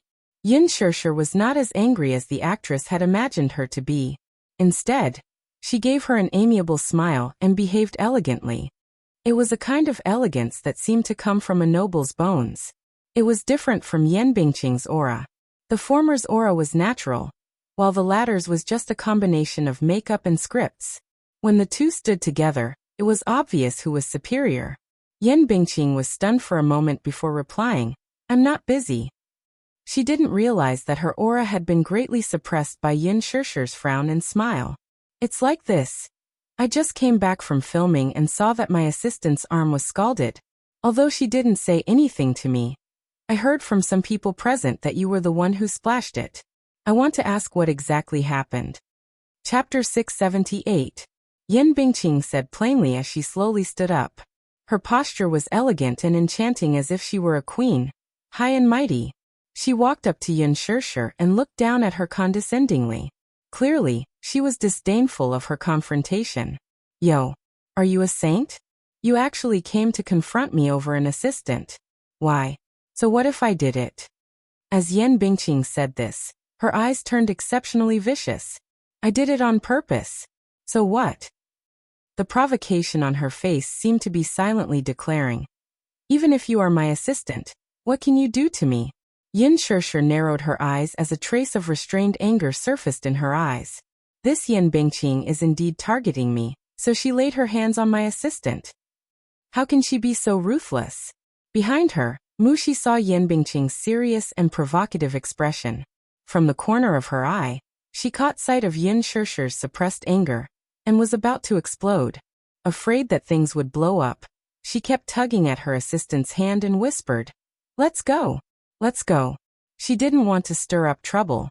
Yan Bingqing raised her eyes and saw her assistant's nervous expression. She could not help but laugh. "Look, your assistant is asking you to leave quickly. Even she knows not to offend me easily. You're the only one who doesn't take me seriously." Upon hearing this, Yin Shishir raised a brow mockingly. "Yin Shishir, this is just a piece of advice. I'm warning you. Even if you have Director Lin's favor, don't bully others too much. So what if you're the female lead? So what if you're very popular now? Let me tell you, on the set, you're the junior, and I'm the senior. Please don't put on such a high and mighty attitude all day long. I'm so annoyed just looking at you." Yan Bingqing was talking to herself, but was suddenly interrupted by Yin Shishir's sneer. Yan Bingqing's face froze, but she heard Yin Shishir mocking. "I heard that you entered the entertainment industry before graduating from secondary school." "What do you mean?" Yan Bingqing's heart skipped a beat. Her education level was not high, and her education level was low. She had always felt as if there was a fishbone stuck in her throat. She announced to the public that she was a university graduate. However, everyone in the industry knew that her academic qualifications were fake. Many people laughed at her, saying that she had big breasts but no brains. She really didn't have the ability to study. Yin Shishir smiled and said, "Education shouldn't be used to criticize people. Some people don't have high education, but they are still very cultured. But today, I have seen it for myself. Yin Bingqing, you really should study more. Otherwise, with your IQ and EQ, it would be really difficult to communicate with you." Yin Shishir smiled faintly. It's really scary to be uncultured. Yin Bingqing was poked in her sore spot by her words. Her face changed abruptly, and she lost her voice in anger. Yin Shishir continued to press her. "Is it because I don't flatter you like others?" Yin Bingqing was so angry that she could not speak. Zhenjin was really pissed off. "Yin Shishir, how dare you? Hey Yin Bingqing, are you sick?" Yin Shishir interrupted her impatiently. "What?" Yin Shishir did not avoid the viciousness in her eyes and said bluntly, "I think you're sick. A very serious princess syndrome." Yin Bingqing was stunned. This B*TCH actually said that I have princess syndrome. Mu Xi, who was behind her, was completely stunned. She did not expect that Yin Shishir, who usually looked gentle and elegant, would be so venomous once she got angry. Chapter 679. Yin Shishir slowly took a step closer to her and sneered. Some people are pampered and arrogant because they were born as a princess doted on by everyone. Some people, on the other hand, are pretentious and arrogant. They are clearly not princesses, yet they still want to have the bad temper of one. This is called princess syndrome. Do you understand? Yin Bingqing's face contorted in anger as she glared at her with gritted teeth.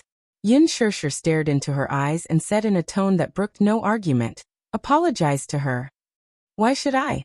Yin Bingqing apologized to her. "Yin Shishir, don't go overboard. You're the one who's going overboard." Yin Shishir raised her chin haughtily and enunciated each word clearly. "Apologize to her." "Shut up." Yin Bingqing abruptly raised her hand and ruthlessly slapped her face. Mu Xi could not help but cry out in alarm when she saw this. Yin Shishir sneered, grabbed her wrist, and slapped her back. Pa. It wasn't a heavy sound, but it was clear and loud enough. "This slap is mine." Her face was calm and her tone was unusually calm, but between the lines, there was an inviolable majesty. Yin Bingqing was stunned.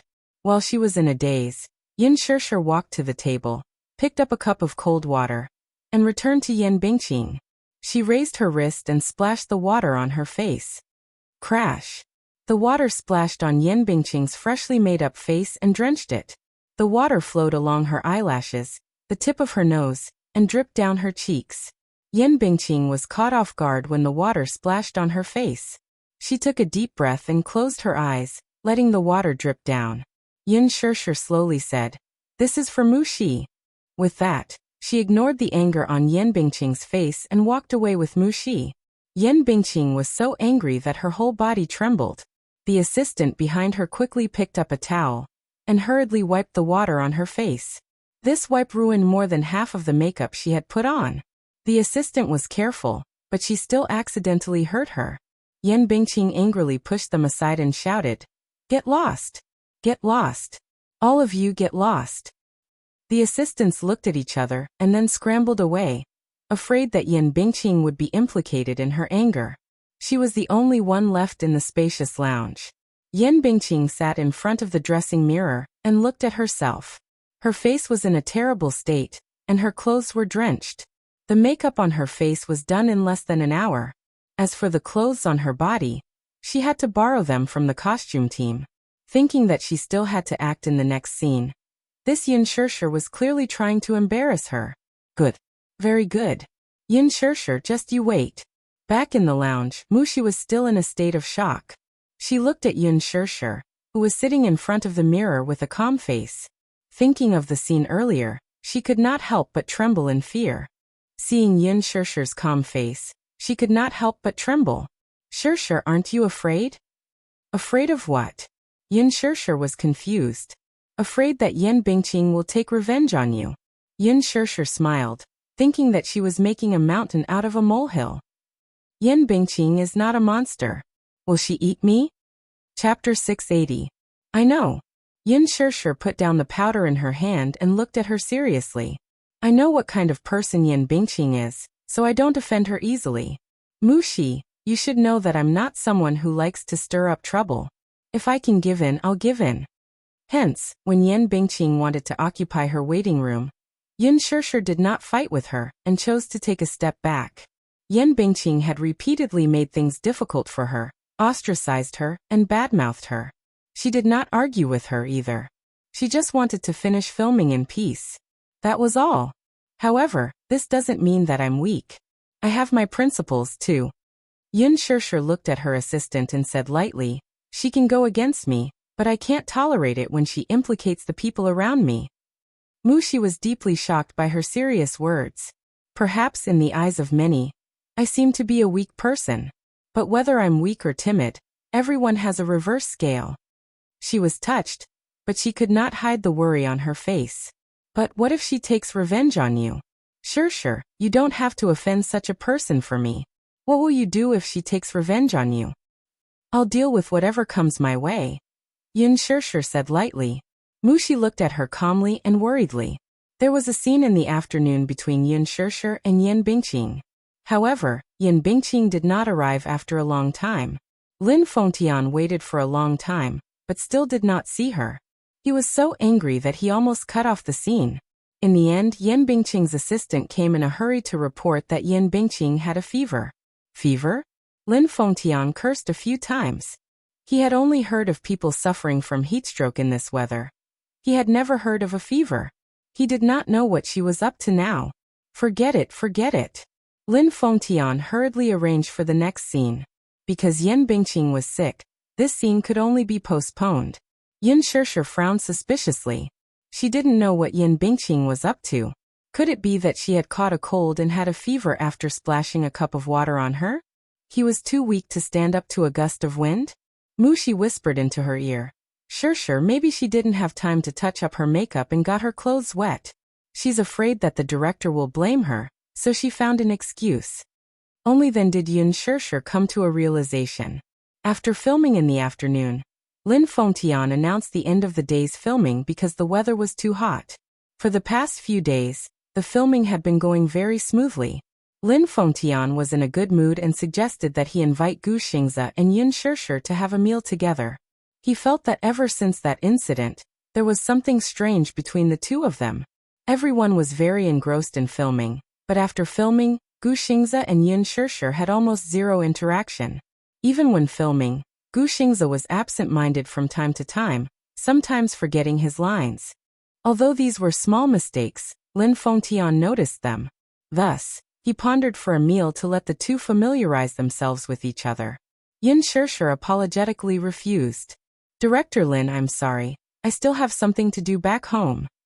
What is it? I still have to take care of my father when I get back. In fact, Yin Yeqing had rushed back to his hometown to attend the funeral. She was worried about leaving the little lad alone at home. Although Li Hanlin was fetching him to school, it was rare for it to end so early, so she wanted to rush back to give him a surprise. Naturally, she could not be frank with Lin Fengtian about this. Chapter 681. When they reached home, Yin Shishir purposely walked softly in order to give little Munchkin a surprise. The moment she entered the house, she saw the school bag on the sofa. Yin Shishir walked into the kitchen and didn't see little Munchkin. Instead, she saw the groceries she had bought from the market placed on the countertop. She glanced at it. It was a sumptuous meal of meat and vegetables. Yin Shishir walked to the study and pushed the door open. Little Munchkin was scrolling through Weibo in the study. These 2 days he had been paying attention to the official Weibo of the Green Apple. Mommy left early and returned late because of filming. He rarely had the time to spend with Mommy like before. He could only follow Mommy's progress on the set through the behind-the-scenes photos that were posted on Weibo. Hearing the door open, he looked up in shock. When he saw that it was Yin Shishir, he was surprised. Mommy, you're back. As he spoke, he flew into her warm embrace. Mommy, you missed you so much. Little fool, Mommy and you haven't seen each other for a day.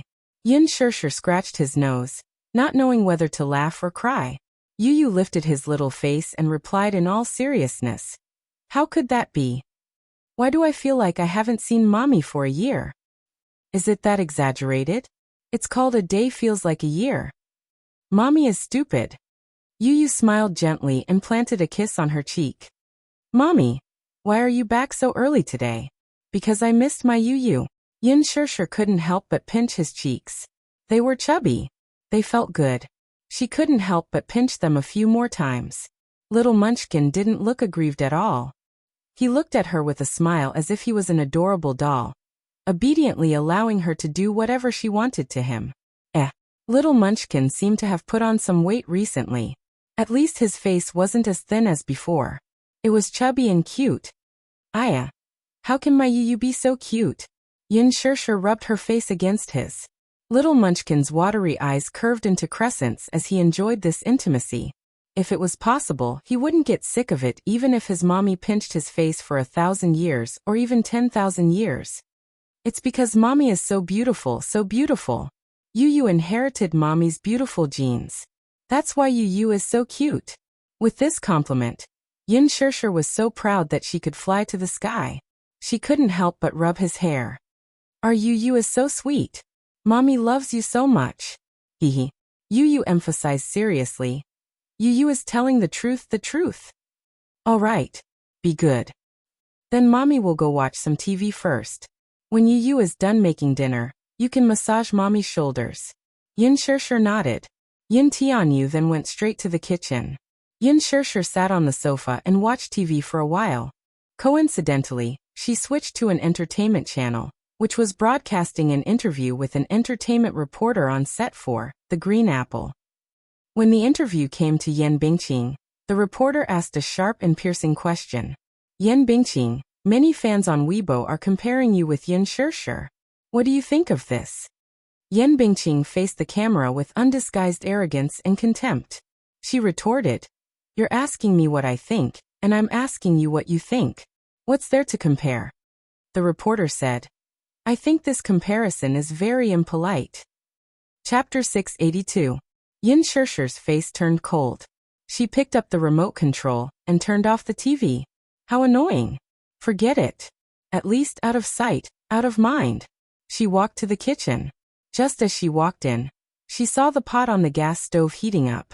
Yu Yu was holding a kitchen knife, and after a series of clanging sounds, he deftly cut the scallions into small pieces and threw them into the pot together with the garlic cloves. He then skillfully stir-fried them. Yin Shirshir was dumbfounded by the sight. Every time she saw Yu Yu's superb knife skills, she would be shocked. After a while, a fragrant aroma wafted out. Yin Shirshir smelled it intoxicatedly, and her tightly knitted brows relaxed a little. With the children at home, everything was fine. Her greatest fortune was giving birth to Yu Yu and Xiaoyichen, these two babies. Yu Yu especially, was the little god of warmth. No matter what upset her outside, when she saw Yu Yu's bright smile at home, all her unhappiness and annoyance would quickly dissipate. Her little god of warmth seemed to have mastered some magical magic. He always had the ability to disperse her negative emotions.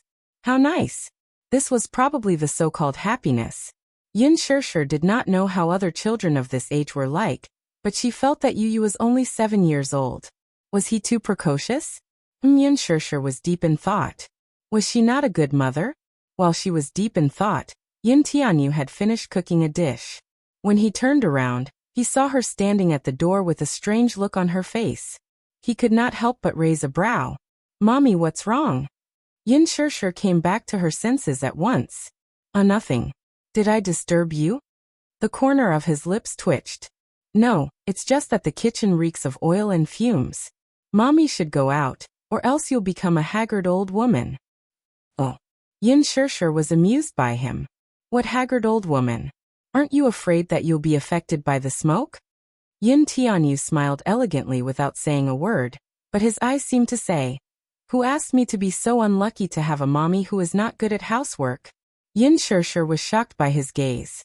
Hey, I protest. You're obviously mocking Mommy with that look in your eyes. But Yu doesn't dislike mommy for that. As he spoke, he picked up the vegetables at the side and poured some water to wash them carefully. Didn't Yu say this before? Mommy is in charge of being beautiful and Yu is in charge of raising the family. When Yin Shishir heard this, she didn't know why. Even though it was clearly a joke, she vaguely felt guilty towards Yu. Hence, she walked behind Yu and hugged his soft body. Yu, actually, mommy also thinks that I'm not good enough. Yu was startled and immediately retorted. Who said that? Who said bad things about mommy? It must be Wuxia. That man must have accused mommy of being irresponsible in front of mommy. At this moment, a certain man in the Mu Group CEO's office sneezed elegantly. He was shot in the crossfire. Yin Shishir shook her head. You don't have to cook anymore. Let mommy do it. No. Yu rejected her outright. Huh. Why? Yin Shishir was baffled. Mommy's cooking is actually very delicious. It's just that sometimes mommy's cooking will be a little substandard. It's just that sometimes. She earnestly defended herself. Yu, however, said, Yu thinks that it's a very blissful thing to let mommy eat Yu's cooking. Huh. Yin Shishir was stunned. Chapter 683. As he spoke, he turned around and hugged her waist with a gentle smile. To capture mommy's heart, you have to start from her stomach. That way mommy will rely on Yu. She can't leave Yu. In his world, more often than not, he would experience the intrigue of others, the darkness of the world, and even the bloodshed of the world, much earlier than other children. His heart seemed to be divided into two extremes. On one side, he was scheming, dark, and had the world in his hands. On the other side, he was naive, kind, and even pure. However, this side of him was only for Yin Shishir. It could be said that in his heart, his mommy was the last piece of pure land. He also tried his best to protect her and not let her be tainted by any trace of darkness in this world. He did his best to protect this piece of pure land. In front of Yin Shishir, he always maintained the most innocent and pure side of a child. He wanted his mommy to rely on him and not leave him. This way, his mommy would be with him forever. Yin Shishir could not help laughing. Yu baby, even if the food you cook isn't good, mommy won't leave Yu. But there are clearly many people fighting with Yu for mommy. Yu complained unhappily. Xiao Yichen was one of them. Wuxia was one of them too. Even Gu Xingzi had thoughts about his mommy. He felt uneasy. On one hand, he rationally believed that there should be someone by his mommy's side to accompany her for the rest of her life. On the other hand, he naively thought that it was enough for his mommy to have him. He could give his mommy whatever she wanted. Was this not enough? It was extremely contradictory. He could not learn to let go freely and watch his mommy fall into someone else's arms. Wasn't this kind of thinking morbid? Yu was worried. Sometimes he felt that his possessiveness was too strong. He knew that this kind of thinking was irrational and unrealistic, but he could not control himself. He was a little conflicted. Mommy was his family. He could give her love, but he could not give her the love of a lover. He shouldn't be so selfish. This was undoubtedly kidnapping. Yin Tianyu turned around, picked up the knife again, and slowly sliced the meat. But his mind was still stubbornly mulling over this question. His mind was in a mess, muddle-headed. His thoughts were in a mess, and he didn't pay attention to the movements of his hands. In a moment of carelessness, he accidentally cut his finger. Yu was still immersed in his thoughts and did not notice the sharp pain coming from his fingertips. When he came back to his senses, he lowered his head and saw that the chopping board was already dyed red. Sensing the sharp pain coming from his hand, he looked at his fingertips in a daze. Blood was already flowing out. Yin Tianyu's lips parted, but he remained silent. He didn't feel much pain. Startled, Yin Shishir hurriedly grabbed his hand to take a closer look. Fortunately, the wound was not deep and was only a shallow cut. She cleaned the wound for him, took out a bandage and bandaged it for him. Why were you so careless? Yin Shishir asked with a frown. Yu was startled and shook his head. He was distracted and thinking about something just now, so he did not pay attention. Go sit on the sofa first. Leave the rest to mommy. Yin Shishir said as she carried Yu to the sofa. Yu pursed his lips and nodded obediently. Chapter 684. After serving the dishes, Yu sat at the dining table and looked at the sumptuous spread on the table with a blissful smile. Yin Shishir was wearing the same teddy bear apron as Yin Tianyos. This was personally chosen by Yu. He liked this design very much. Just as Yin Shishir sat down at the table, the doorbell rang. The mother-son pair looked at each other strangely. Who could it be? Father? A few days ago, he went back to his hometown for a funeral and said that he would only be back half a month later. Could he be back early now? Yin Shishir got up and walked to the door. Just as she opened it, a cute little head poked in. Xiao Yichen poked his head in first, as if to inquire about the situation. When he looked up, he bumped into Yin Shishir, who was standing at the door in surprise. He opened his mouth and wanted to call out mommy, but he had always been a dull and shy person. He didn't know how to play tricks or act cute, so he couldn't force a word out of his mouth even after a long time. Xiao Yichen could not help feeling a little embarrassed. He had clearly prepared himself mentally. Even if he did not utter a single syllable from the way his lips moved, it was clear that he was calling out mommy. Yin Shishir saw it. She could not help laughing. This child was quite shy. The little lad's sudden visit surprised her, but more than that, she was delighted. Why are you here? Yin Tianyu heard the commotion and could not help turning his head to take a look. When he saw that it was Xiao Yichen, the satisfied smile on his face faded a little. Why was it him? Muichen. Why was he here? Muichen walked in obediently, and Muyaja followed closely behind. A certain man said righteously, I wanted to bring Xiao Yichen to visit the set, but I received news that filming ended early today. Subtext. That's why I brought the child here to freeload. Yu gritted her teeth in anger. This father and son pair were blatantly freeloading. Shameless. She looked at Muyaja's relaxed expression. Had the Mu Group's network been fixed? It seemed that he had been too lenient last time. In just a few days, it had been repaired. Next time, he would not be so lenient. At the thought of Muyaja's black-bellied expression when he threatened him previously, Yin Tianyu bit down hard on his chopsticks in extreme displeasure. Muyaja glanced at Yin Tianyu the moment he stepped through the door. As if to provoke him, he raised a brow and said coldly, one day. His words were filled with provocation. Yin Shishir and Muichen were both confused. Obviously, they didn't know what he meant by that. Yin Tianyu understood though. One day it was repaired in just one day. This was a provocation. Sure. Was this man issuing him a challenge? If that was the case, he would destroy the Mu Group's network later, and see what he could do about it. Muyaja seemed to have seen through his thoughts. With a devilish smile, his eyes taunted him. Try it. The father and son stared at each other in the air. Instantly, sparks flew and smoke filled the air. Both men's auras were unbelievably strong. That terrifying aura instantly spread to every corner of the living room. Even Yin Shishir could feel the silent confrontation between the father and son, which was filled with smoke. It was too scary. Chapter 685. She said that she wanted to see Xiao Yichen and make up for Xiao Yichen's childhood where he lacked motherly love. Muyaja then brought the little guy over. Xiao Yichen's arrival was unexpected and, at the same time, elated. Yu, on the other hand, was unhappy. Even after exchanging pleasantries, Yu's gaze on Xiao Yichen remained apathetic. Yin Shishir broke out in a cold sweat. Xiao Yichen, are you hungry? Do you want to eat first? Xiao Yichen shyly pursed his lips and nodded. Yin Shishir then carried Xiao Yichen to the dining table. Alas, the moment her hands picked up little Yichen, something happened. Yin Tianyou's gaze instantly shifted to Xiao Yichen. Stare, like a tiger eyeing its prey. Even though Xiao Yichen did not see Yin Tianyou's frosty gaze, he could still feel the immense pressure.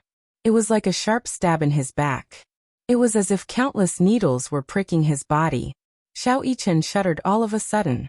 Yin Shishir was a little helpless and could not help casting an innocent look at Yin Tianyu.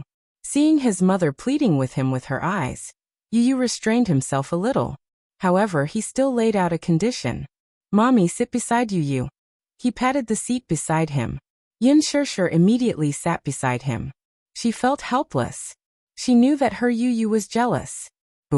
In a way, he had inherited his father's ruthlessness and overbearingness when jealous. There was no doubt that he was exactly the same. One look and one could tell that he was his biological son. Yin Shirshir clapped her hands. All right, let's eat. Then there was an awkward silence. The dining table had become a chaotic battlefield between the father and son. The gazes of the three men constantly crossed over the dining table. The atmosphere suddenly plummeted and turned into an ice cellar. It would not be an exaggeration to describe it as the glint of swords and the smell of gunpowder. Her smile froze at the corner of her mouth. Yin Shirshir's smile turned cold as she watched the father and son cross gazes. She broke out in a cold sweat. Did they have to be like this? They were clearly father and son. They were father and son. Why were their eyes turning red the moment they met like enemies? Yin Shirshir turned to look at the other's eyes and laughed helplessly. Yu, let's eat, she said. Yu, let's eat, Mommy. Yu pointed at Muyaja and complained. This uncle is glaring at me fiercely. You use you. Yuyus of Yu. Yuyus. He only knew how to complain. Yin Shirshir was naturally on Yuyu's side. She raised her head and gave Muyaja a warning look. Muyaja, that's enough. Eat properly. Muyaja did not say a word and merely raised a brow. He was really wronged. This brat was clearly abusing his power to bully others. Yin Tianyu suddenly acted coquettishly at the side. Mommy, feed you. Yin Shirshir nodded and took his mini rice bowl. Muichen also acted coquettishly at the side. I want to feed too. Me too. Muyaja also joined in. Yin Shirshir rolled her eyes helplessly. Hey, that's enough. Do you think I have 3 heads and 6 arms? Yin Tianyu said angrily. Mommy, don't bother about them. Muichen only kept blinking innocently and pitifully at Yin Shirshir. Every pitiful look was undoubtedly a blow to her heart. Yin Shirshir could not help feeling sorry for him. Muyaja said, Xiaoyichen, Mommy won't feed you. Daddy will feed you. Xiaoyichen pitifully cried, Woo! I don't want Daddy to feed me. Chapter 686. Mommy. The atmosphere froze for a moment. Everyone was taken aback. Xiaoyichen realized that he had inadvertently called out to her. He pursed his lips shyly and innocently knitted his brows. Yin Tianyu stared at Xiaoyichen in a daze. His call was undoubtedly like a heart-piercing arrow that made Yin Shirshir lose her ability to resist. There was no doubt that she was a mother. Even if her heart was as hard as a rock, she would still be defeated when her child called out to her softly. Yin Shirshir smiled and said gently, Okay. Mommy, feed him. Hence she got up, walked over to Xiaoyichen's seat, and sat down. Yu could only watch helplessly as Yin Shirshir picked up a spoon and patiently fed Xiaoyichen. Xiaoyichen took a bite and widened his eyes in surprise. He was obviously stunned by the deliciousness and exclaimed, Wow! It's so delicious! Yin Shirshir proudly said. Tonight's dinner was all prepared by Yu. As soon as she said that, Muyaja, who had just taken a bite of the glutinous rice and roasted chicken, froze again. Were these dishes Yin Tianyu's handiwork? It was simply unbelievable. Disregarding the exquisite appearance, just the taste alone was definitely comparable to that of a star-rated chef. It was even better than that. It was no wonder that Yin Shirshir had boasted to him that Yin Tianyu's culinary skills were the best. Now, it seemed that her praise was not exaggerated. His culinary skills were indeed excellent. Still, Muyaja looked up suspiciously at Yin Tianyu's small hand holding the chopsticks. It was pink, tender, and chubby. It was hard to imagine what kind of miracle this hand had created. How did he master such culinary skills? He was only 7 years old. How could he hold a kitchen knife? The latter looked at him lightly and snorted disdainfully, as if to say, Consider yourself lucky today. Other than Yin Shirshir, he had never cooked for anyone else. If Yin Shirshir was not at home, even if it was Yin Yecheng, he would not personally cook. Xiaoyichen was still immersed in the deliciousness of the dishes, unable to extricate himself. Happiness. He was so happy that he was about to cry. Compared to the delicacies cooked by Yin Tianyu, the daily recipes in the Mu residence were already boring to him. What Yin Tianyu did was different though. He changed his style. He never followed the prescribed order. Therefore, as long as he was the one cooking day after day, year after year, he would never get tired of it. Xiaoyichen felt that he was done for. It seemed that his younger brother's cooking was very suitable for him. Now that she had fallen in love with this flavor, she was afraid that whatever she ate would be tasteless when she returned to the Mu residence, right? Xiao Yichen's appetite was greatly stimulated. Yin Shishir couldn't help but be surprised. This child's appetite was not bad. He had already finished 2 bowls of rice. She was happy for a moment. She actually forgot about Yin Tianyu, who had not eaten a single grain of rice. Yu Yu sorrowfully felt that he had really fallen out of favor. His mommy only cared about Xiao Yichen and did not care about him. He deliberately did not eat a single mouthful of rice, hoping that his mommy would notice his unhappiness and coax him. He had been staring at her for a long time, but his mommy acted as if she did not see him, and continued to play with Xiao Yichen. Yin Tianyu's eyes were filled with grievance and resentment. They were about to burst out of his eyes. This father-son pair was simply too despicable. They must be doing it on purpose to monopolize mommy. Chapter 687. He hated them the most. Snatching his mommy, Yu Yu meekly called out, "Mommy." Out of the corner of his eye, he saw a figure move.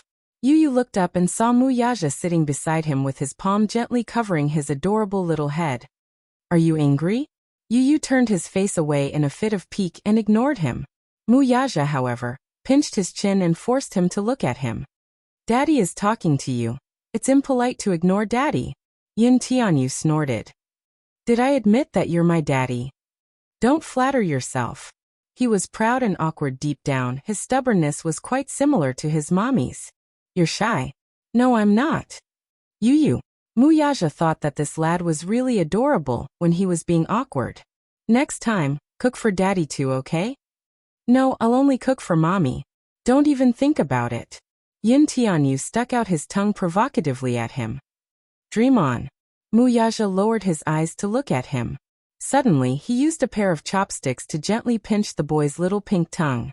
"Yu Yu, is this man a pervert? Is it fun to tease me like this?" "Interesting." Mu Yaja seemed to have seen through his thoughts as he commented nonchalantly, "Mu Yaja, are you a pervert? It's not cute for a child to talk like this. Besides, if I'm a pervert, what are you then?" If he said that he was a pervert, then he was his son. Was he not a little pervert too? In fact, he even suspected that this son of his had a genetic mutation. If not, how could he be so abnormal?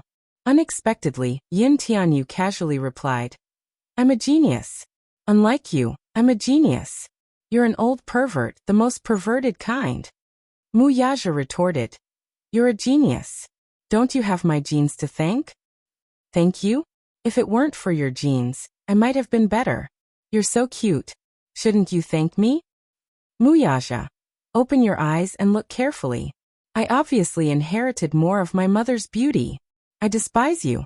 You're so smart because you inherited my genes. Then why don't you explain why Mu Yichen is so stupid?" Mu Yichen, who had been eating quietly at the side, was a little hurt. He felt as if he had been shot while lying down. Mu Yaja righteously defended his debao. "How is he stupid? If you ask him to calculate 1 plus 2 plus 3 plus 4 plus 5 plus 6, he can't wait to count his toes. I'm smart because my mommy taught me well, unlike Mu Yichen, whose IQ is trampled under his feet every day." Mu Yichen's pinkish face scrunched up sadly, feeling hurt. The father and son bickered with each other. Mu Yaja bitterly realized that he thought he had a sharp tongue, but when compared to Yin Tianyu in this aspect, he was nothing. He could only be crushed by Yin Tianyu. There was an old saying, "The older the ginger, the spicier it is." Alas, Mu Yaja was about to cry from the spiciness of Yin Tianyu's tender ginger tongue. Yin Tianyu's sharp-tongued ability was to the max. Mu Yaja even suspected that the lad's sharp-tongued talent was maxed out when he was just born. Every word he said was mercilessly rebutted by Yin Tianyu. He was invincible. Yin Shishir's lips twitched as she helplessly said, "Stop fooling around." Chapter 688. Yin Tianyu complained bitterly, "Mommy, Yu Yu wants a hug." Yin Shishir's eyes flickered. Just as she was about to walk toward Yu Yu, Xiao Yichen pursed his lips and pretended to cry. "Mommy, Xiao Yichen wants a hug too." "Mommy, I want a hug." Yu Yu pouted. "Mommy, I want a kiss." Xiao Yichen sobbed. Yin Shirshir was a little overwhelmed by this scene. She could not split herself. The two little lads were calling for her. She knew in her heart that Yu Yu was a little resistant to Muyaja and Xiaoyichen. It was not his fault though. It was not that Yu Yu was too willful. It was just that, all along, there were only her and Yu Yu in this family. Hence, the children naturally regarded Muyaja and Xiaoyichen as intruders. Their hearts were full of repulsion and resistance. This was not what she had hoped for. She wanted the two brothers to get along well. 6 years was neither long nor short. But there was an insurmountable gap between the two children. Muyichen liked this younger brother of his a lot. Yu Yu, however, had sealed off his heart and refused to let anyone in. Yin Shirshir pursed her lips. She had no experience in dealing with this. To her, the two little guys were her favorite. She would protect and dote on both of them. She did not want to be in such a distant situation. Yu Yu blinked his eyes. He had clearly acted coquettishly. If it were in the past, his mommy would definitely hug him in her arms and gently coax him. Now, however, she did not do anything. It was as if she was worried about Xiaoyichen. He could not help feeling a little disappointed. The little lad's pink face looked slightly aggrieved. Everything in front of him gradually turned gray, and his eyes quickly filled with tears. He had always thought that he was the most important and irreplaceable person in his mommy's heart. Just like how no one could replace his mommy in his heart. Mommy was the most important. However, why did it seem that he was not the most important person in his mommy's heart? Mommy, do you not love Yu Yu anymore? Yu Yu pursed his lips aggrievedly as tears streamed down his face. Mommy is the most important person in Yu Yu's heart, but Mommy doesn't love Yu Yu anymore. Little Munchkin's pink lips were tightly pursed. Even though he was pretending to be stubborn, his little face was still wet with tears. She hurriedly explained. No, Mommy still loves Yu Yu. It's just. Her delicate brows furrowed slightly as her gaze fell on little Chen, who was equally at a loss. The latter felt so wrong that his eyes turned red. He loved his younger brother very much too. He could not bear for him to be wronged. He did not mean to compete with his younger brother earlier. He just thought that it was a joke, and that he was just teasing him. On the one hand, he wanted to get closer to Yin Shirshir. His daddy told him that this woman was his dearest mommy, and this child was his biological younger brother. After being separated for 6 years, they finally reunited, but this younger brother of his seemed to have built a tall wall, and did not let them get close to each other. He did not know how to open the door to Yu Yu's heart. What should he do? Xiaoyichen walked to Yu Yu's side aggrievedly. His small hand gently pinched the corner of his shirt and tugged at it, trying to get his attention. Yin Tianyu took a step back and distanced himself from him. Chapter 689. He opened his mouth, but his voice was as soft as a mosquito's buzzing. He was easily embarrassed, and it could even be said that he was a child who never took the initiative. He took the initiative to approach him and talk to him, but Yu Yu was a little cold and avoided his intimacy. Xiaoyichen felt wronged. Yichen, I like you. The last 3 words were barely audible. I like you. Xiaoyichen wanted to confess loudly. He didn't want his brother to be so distant from him. He wouldn't fight with his brother for mommy. He would be like mommy and protect his brother well and dote on him. Wasn't that good? We are. Xiaoyichen was so anxious that his face turned red. He wanted to say that sentence urgently, but because of his anxiety, he was a little incoherent. In his heart, he kept repeating the same sentence. We are a family. We are a family. I am your older brother, and you are my younger brother. We are a family. I will dote on you like mommy, protect you, and not let anyone bully you. However, Yu Yu stood at the side from the beginning to the end. He looked down and turned his face to the side, not looking at them. Yin Shirshir couldn't stand it anymore. She walked over and squatted beside him. Seeing that he was biting his lip in a fit of pique, she helplessly comforted him. Yu Yu, don't throw a tantrum. I'm not. Yu Yu looked at her with reddened eyes. His gaze was affectionate and a little helpless. Mommy, I don't want daddy or brother. I only want you. I don't want them. Behind him, Xiaoyichen looked as if he had been struck by lightning.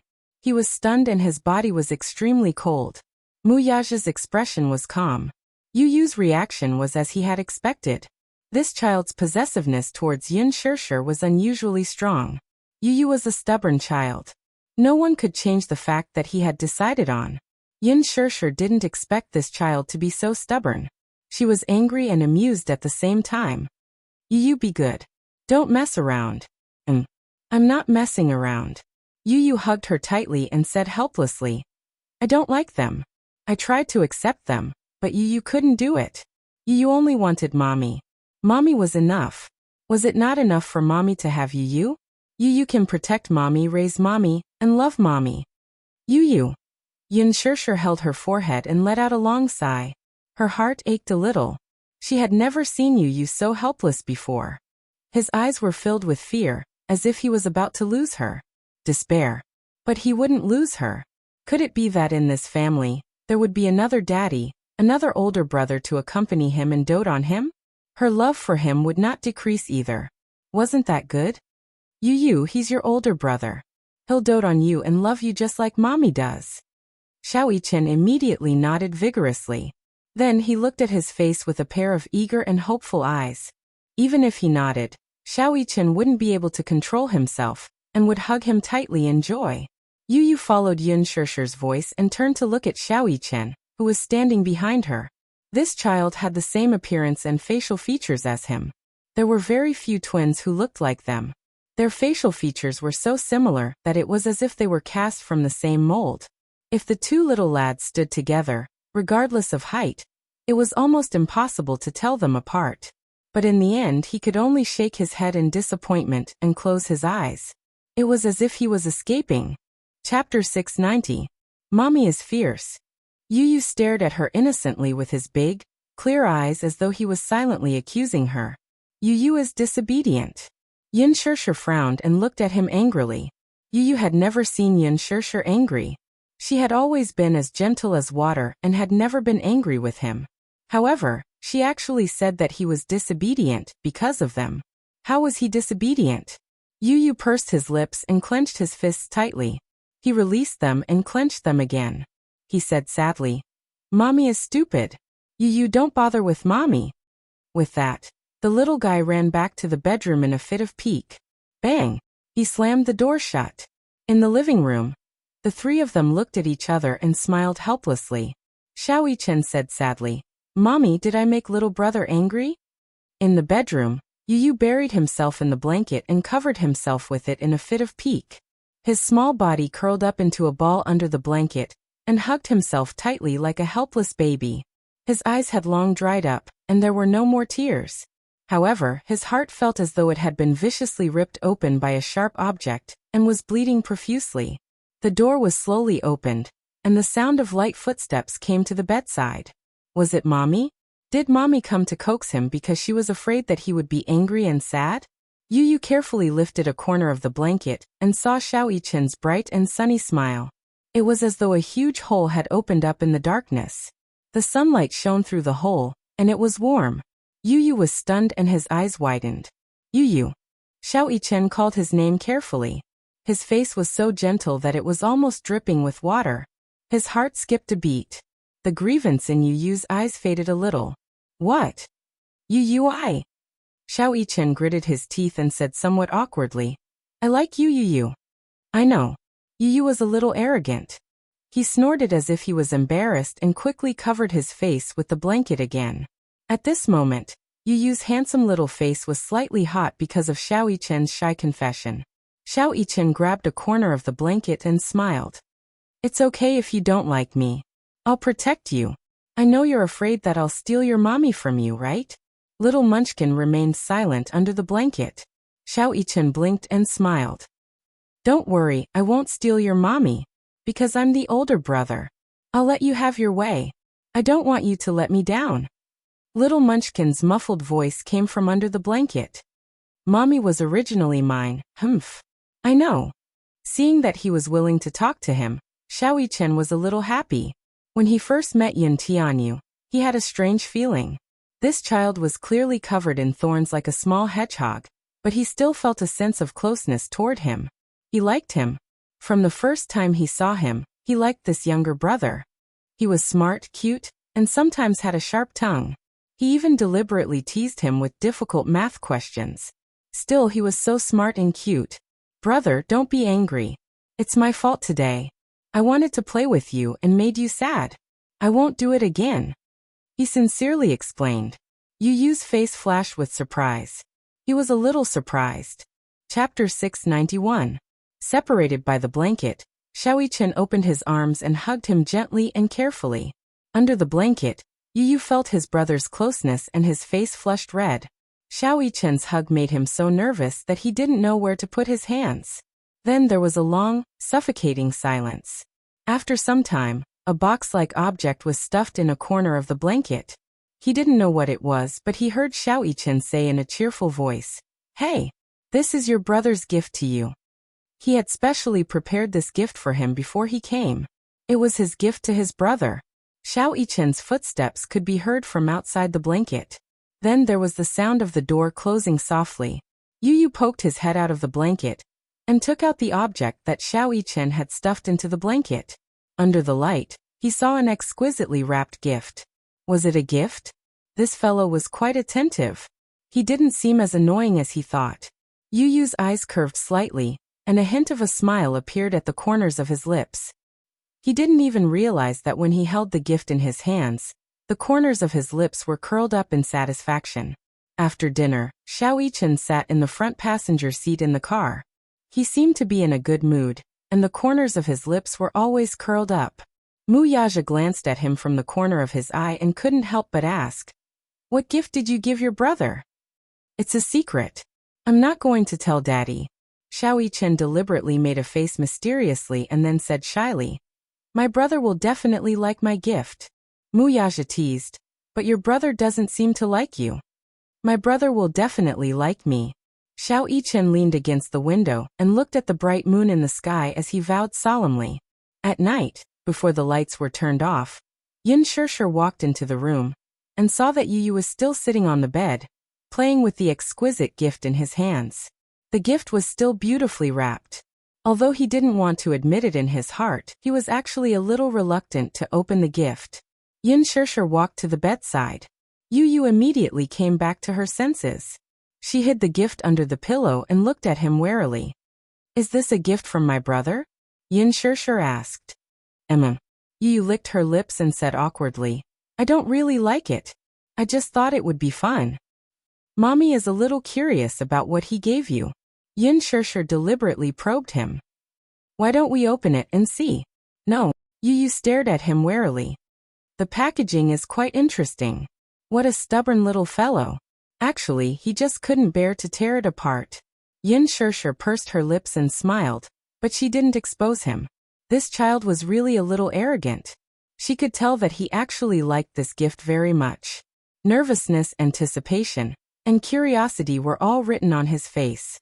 However, he was a little awkward and wasn't good at expressing himself.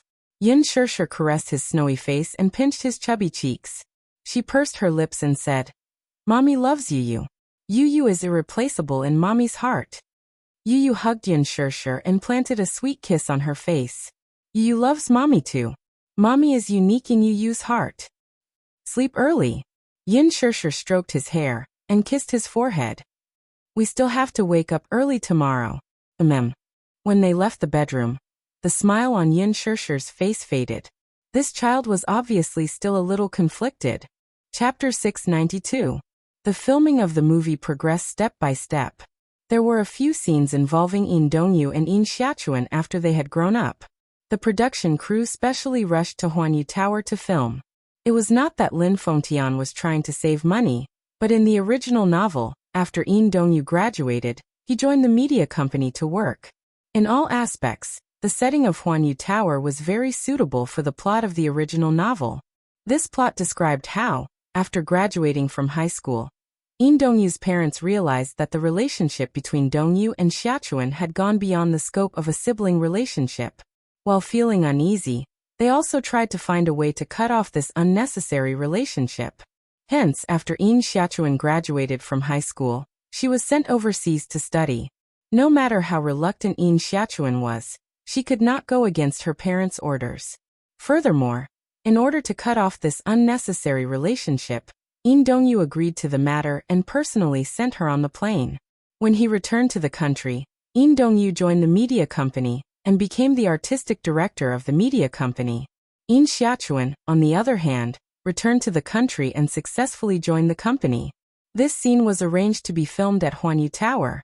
Previously, during the filming of the movie, many reporters came to visit the set and interview the crew of the Green Apple. This caused Lin Fengtian to be extremely dissatisfied with him. He did not like reporters coming to visit the set. Before the movie was released, he wanted to create a sense of mystery about the movie. He did not want the filming process to be widely exposed. Hence, he mercilessly dismissed the reporters. The reporters complained a lot about this, but there was nothing they could do about Lin Fengtian. Actually, they had an ulterior motive for coming to visit the set. Instead, they were using the excuse of visiting the set to dig up information about the two main leads, Gu Xingze and Yin Shishir. When Yin Shishir walked out of the changing room, she happened to see Gu Xingze passing by the door. However, even though they bumped into each other, Gu Xingze only greeted her briefly before brushing past her. He was cold and distant, deliberately keeping a distance from her. Ever since that day in the music room, even though the production team had been reorganized and the main cast had returned, Gu Xingze was no longer as close to her as before. It could be said that he was extremely indifferent. Sometimes there was no communication at all. She smiled. In her heart, she was more or less disappointed, but she could understand Gu Xingze's attitude towards her. This disappointment was not because of anything else, but because she seemed to have lost another friend. She had always regarded Gu Xingze as a friend, but Gu Xingze did not think so. He liked her. It was unknown when Gu Xingze started to have such an awareness. He liked Yin Shishir and wanted to protect her from any harm. But after that day, he suddenly realized that compared to Muyaja, he didn't seem to have the ability to take her back. If he was the head of the Gu clan, perhaps he would have the right to do so. But now, in terms of power, he couldn't even withstand a single blow from Muyaja. What was there to fight about? There was no way he could win against Muyaja. This made him feel a little embarrassed. What made him even more disappointed was that Yin Shishir had always only treated him as a friend. It was really a very pure way of thinking. He couldn't see any complicated feelings in her eyes. There was only the kind of feelings she had for friends. Even so, if they weren't close, they wouldn't fall for each other. If they didn't fall for each other, they wouldn't get hurt. Chapter 693. In the dressing room, Yin Shishir sat in front of the dressing table.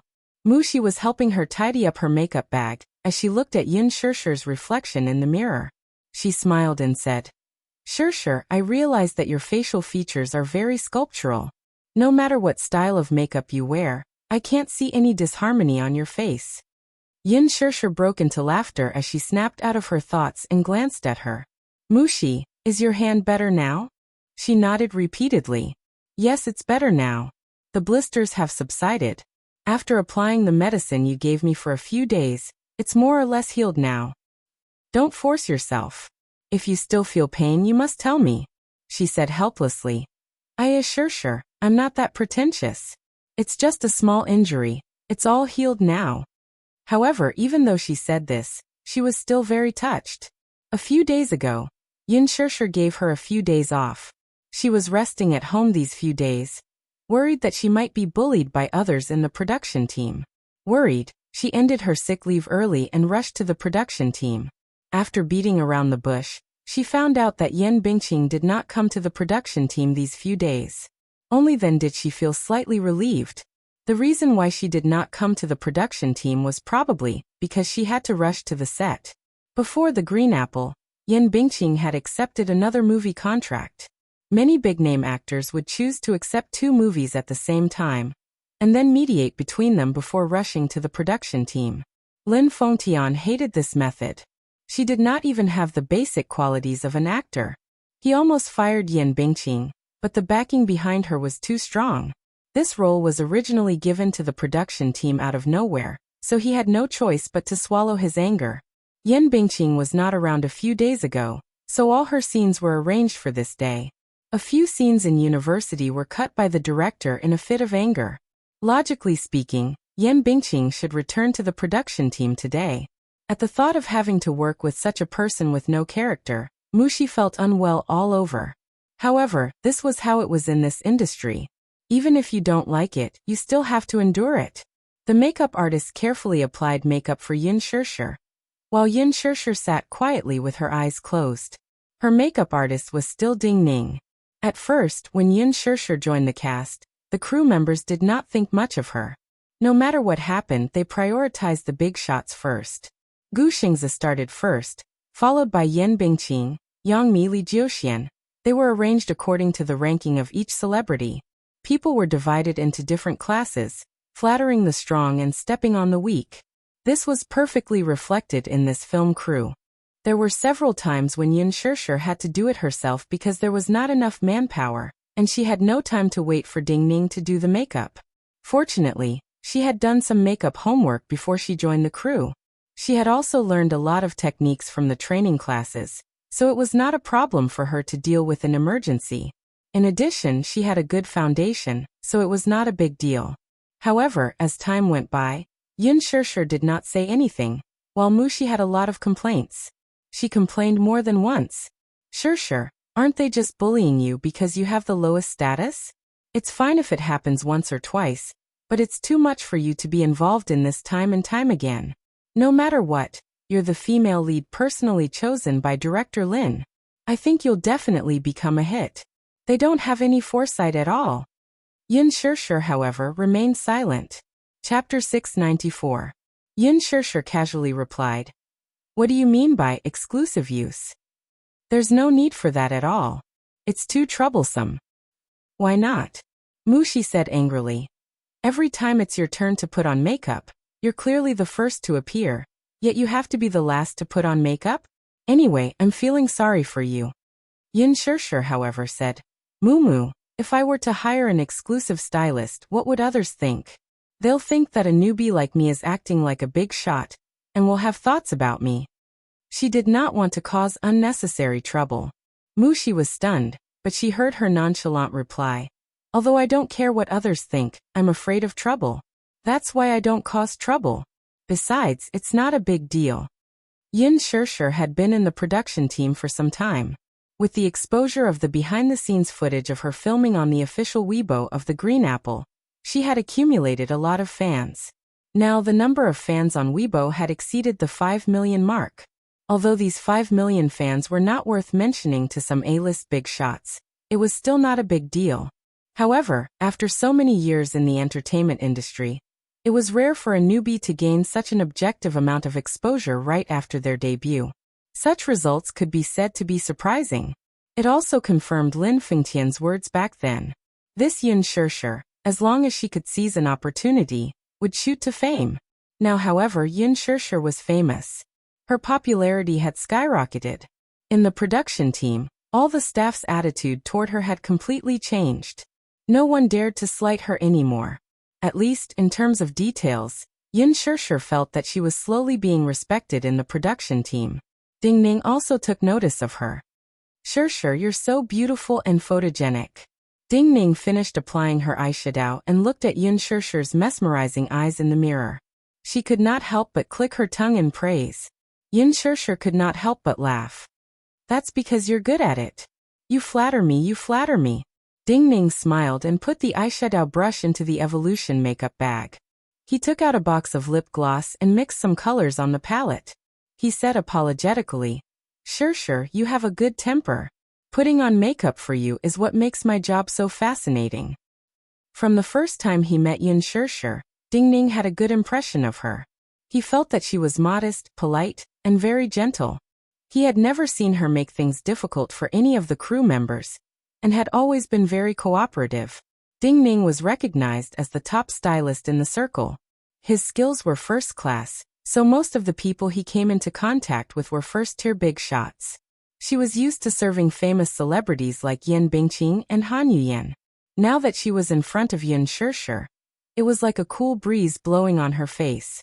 Yan Bingqing was the kind of star who was stubborn. She would order the stylist to give her the style she thought she should use to appear on screen. Take the previous makeup photos for example. Logically speaking, Yan Bingqing's character should be a charming and beautiful rebellious high school student. However, Yin Bingqing insisted that Ding Ning give her a pure look. She also specified that she wanted the same makeup as Yin Shirshir. She wanted nothing more than to compare herself with Yin Shirshir. Ding Ning was a little hesitant. Pure makeup did not suit her character. He kindly reminded her but was humiliated by Yin Bingqing. Helplessly, he gave her a pure look. In the end, Yin Bingqing was scolded badly by Lin Fengtian when she went on screen for a trial photo. Chapter 695. In the end, Lin Fengtian almost kicked her out, and she almost lost her job. She was really wronged. Yin Shirshir was different though. Her facial features were too sculpted. Every makeup that Ding Ning put on her according to her character could bring out her beauty. It was unparalleled. Yin Shirshir would not rush her, make things difficult for her, or humiliate her like Yin Bingqing did. Not only was she good-tempered, but she also knew how to respect others. She was really grateful. Before Yin Shirshir became famous, the production crew did not take her seriously. They did not even put her in their eyes when she played a minor role in a movie. After she became famous, she was neither arrogant nor impatient. She did not throw her weight around. She still arrived at the set on time and obeyed the crew's arrangements. She was still as calm and elegant as before.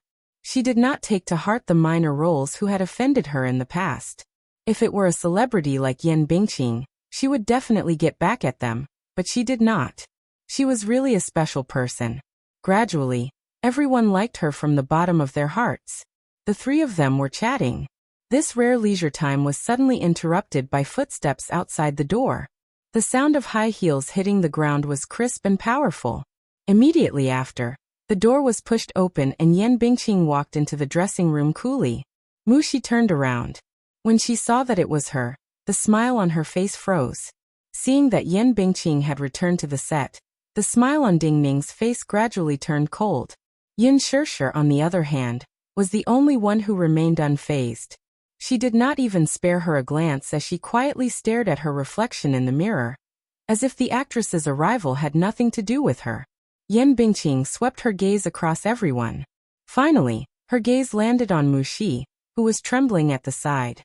Ever since that incident, Mushi had some psychological trauma toward Yin Bingqing. She was afraid of this woman from the bottom of her heart. Hence, when she saw her, she could not help but shrink into a corner.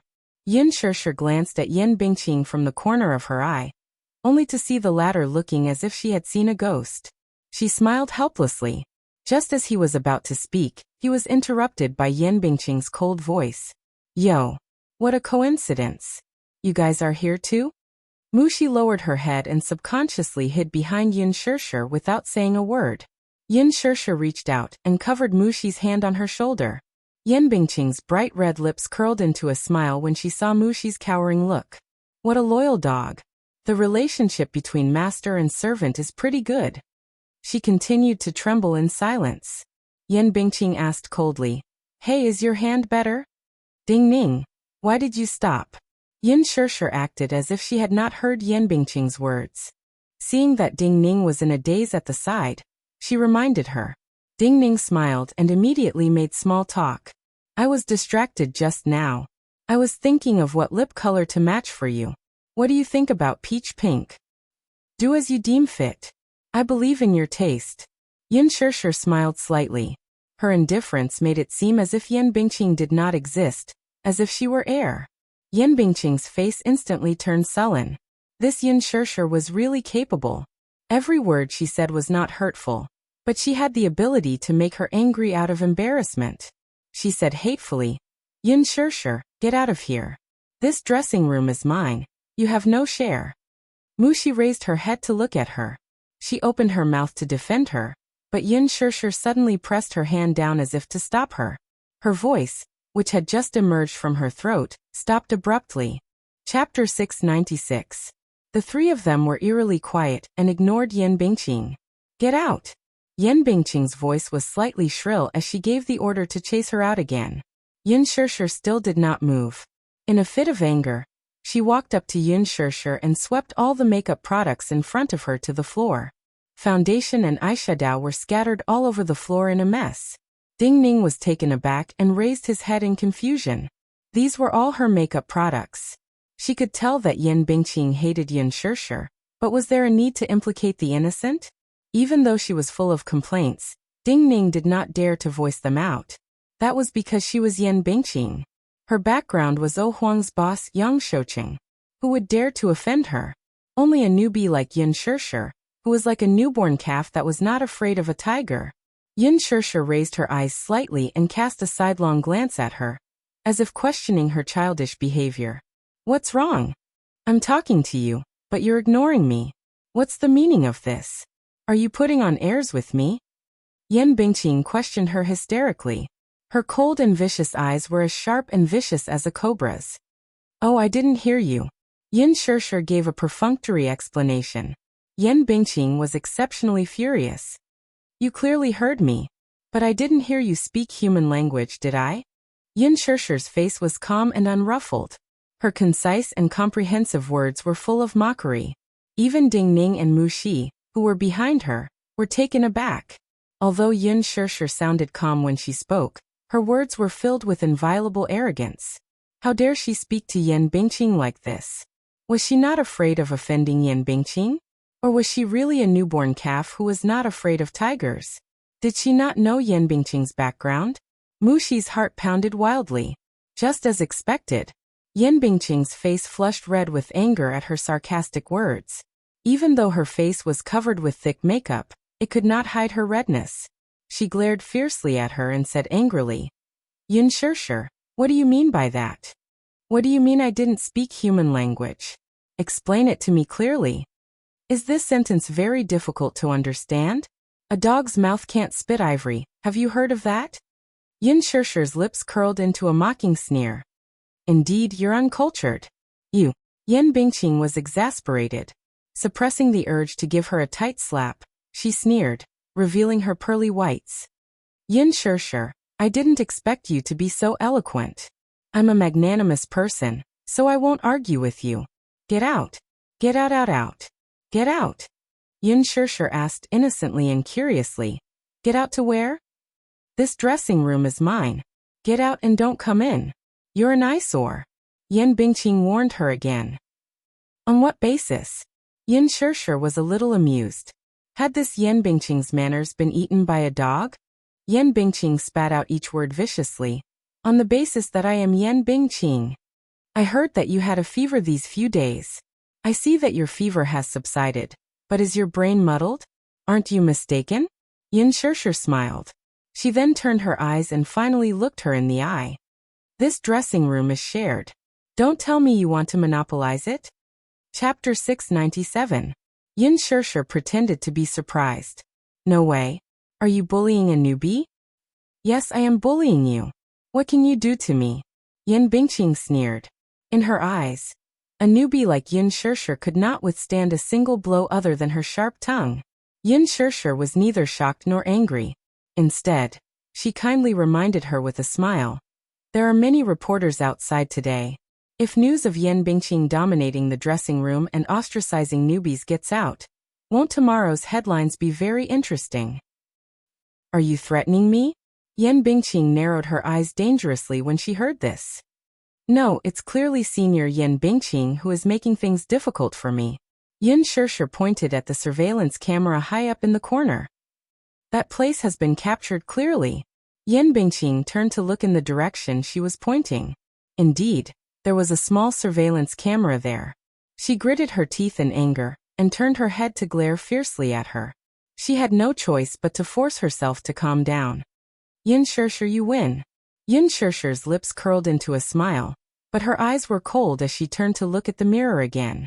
Yan Bingqing felt that she had completely lost face in front of Mu Xi and Ding Ning.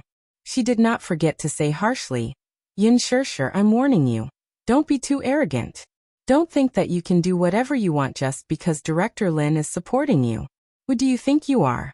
You won't have a good ending for offending me. Yin Shirshir ignored her threat and reminded her coldly, you talk too much. There's not much time left. Can't you just do your makeup? Ding Ning and Mu Xi were already petrified. This Yin Shirshir is really something. Could it be that she has a strong background, too, so she is not afraid of Yan Bingqing's threats? Yan Bingqing was about to lose her temper when she saw her impatient look. Gu Xing's magnetic voice came from the door. Bingqing. Yan Bingqing was stunned. She immediately hid the evil expression on her face and turned around to put on a sweet smile. Seeing Gu Xingze standing at the door and looking at her, she immediately went up to him. Xingze, it's you? Yin Shishir was stunned and turned to look at him. However, she saw Gu Xingze standing at the door and looking at Yan Bingqing indifferently. He did not even look at her. He looked at Yan Bingqing and asked, "You're here. Are you feeling better these days?" Yan Bingqing smiled shyly and was touched. Xingze, thank you for your concern.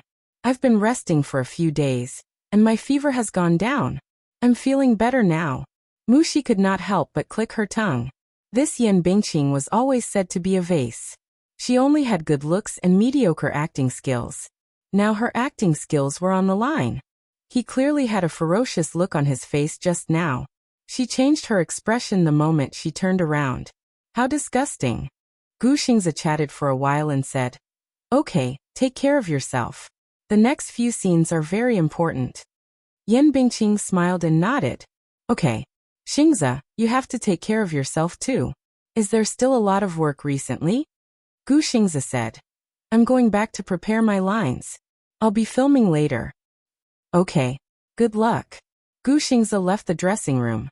He passed by earlier and heard a quarrel inside. Then, he heard Yin Shishir's voice.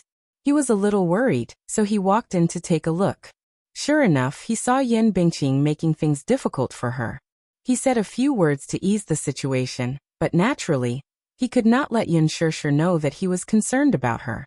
Yan Bingqing stood at the door and watched Gu Xingze leave. Then she turned around and sat in front of the mirror.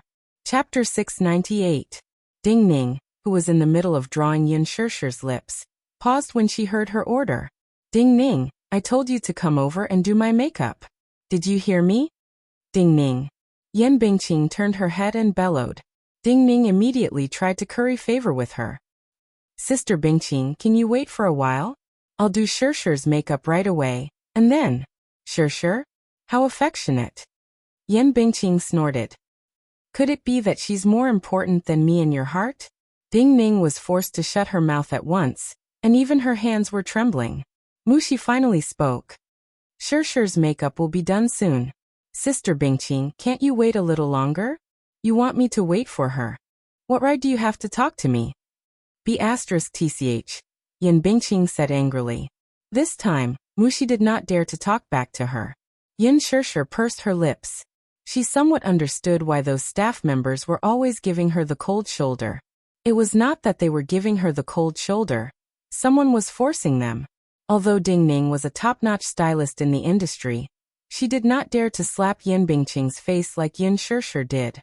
In this line of work, people did not dare to offend people easily, especially someone as powerful as Yan Bingqing. She knew that if she ran over to do Yan Bingqing's makeup now, Yin Shishir would not mind. She had always been very magnanimous and would not fuss over such things. However, Ding Ning did not want to do this. Yin Shishir treated her well. If she did this, she would inevitably feel guilty. Just as she was hesitating, Yin Shishir took the lipstick from her hand, smiled and said lightly, "Go over. I'll do it myself. You've already done the big project, so the rest won't be a problem." After applying some lip gloss and tracing the contours of her face, the makeup was done. There was no need to make things difficult for her. "But, go ahead. It's nothing. Don't mind it." After Yin Shishir finished speaking, she continued to draw her lips in front of the mirror. Feeling grateful and guilty, Ding Ning turned around and walked to Yan Bingqing to put on makeup. "Put on some pretty makeup for me. I don't want it to be like last time.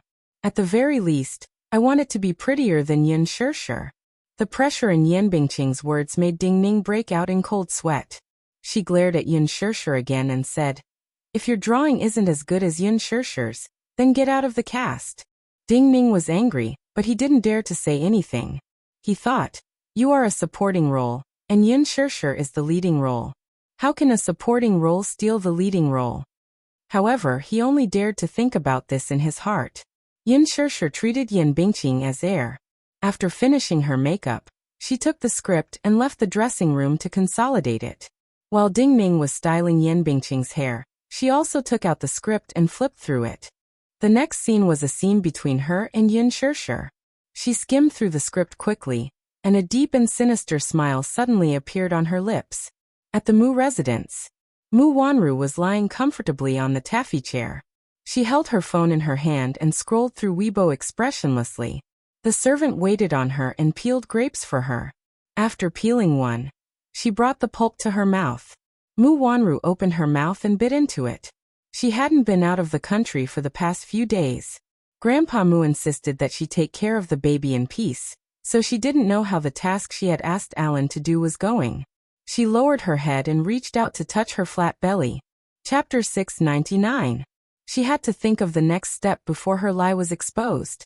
Otherwise, it would be difficult to smooth things over. The key point was that she had no idea what evidence Muyaja had on her. She guessed that Muyaja had investigated her identity, but she did not know how far he had investigated. This was why she was so anxious. She could not even fathom what Muyaja was thinking or what tricks he was up to. As she scrolled through Weibo, she saw that Yin Shirshir's behind-the-scenes photos were almost everywhere. Whether it was the photo of Yin Shirshir smiling as she held a lunchbox, or the back view of Yin Shirshir standing upright in the waiting area, or the side view of her beautiful face when she occasionally flipped her hair, even when she occasionally looked back and smiled, that stunning and refined face would attract an indiscriminate bombardment in the comments section. Beautiful. Too beautiful. The behind-the-scenes photos attracted countless fans.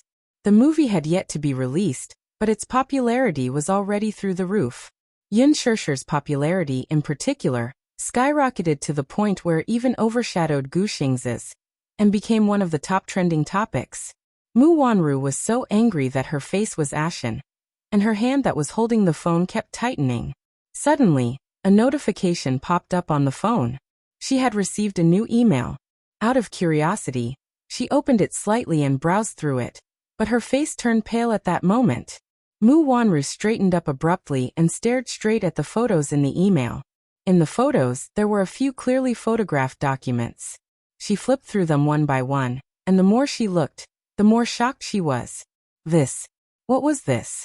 Another new email popped up. She was slightly stunned, and her fingertips were trembling as she opened the new email.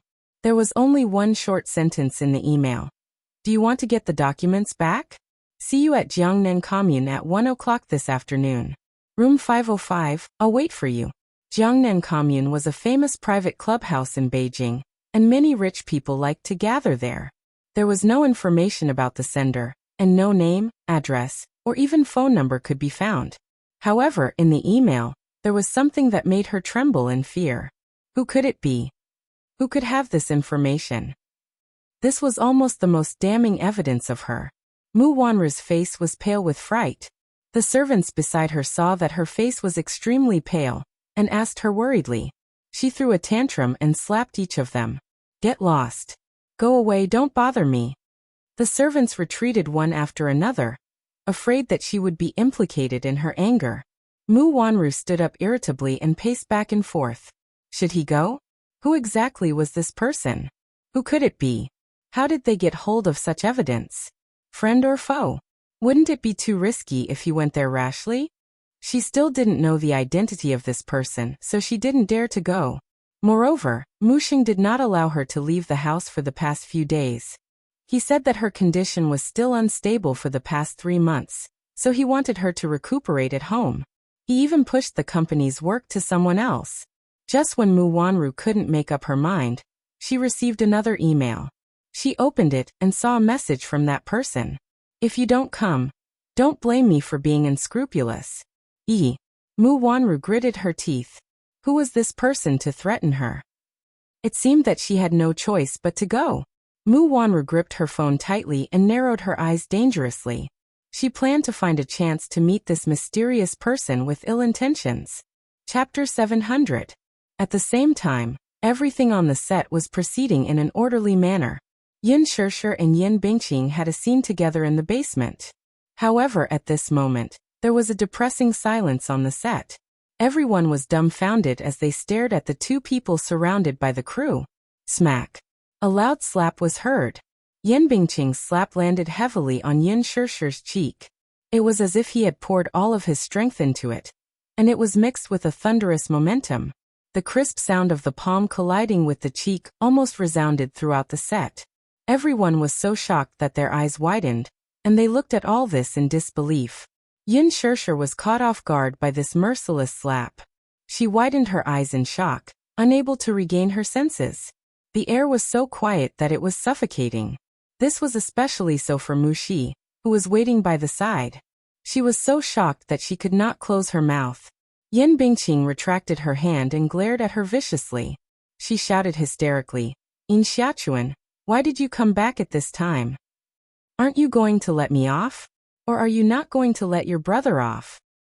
Her mournful and desperate voice echoed in the silent basement. It was shocking and powerful. At this moment, Yan Bingqing was unquestionably immersed in her role.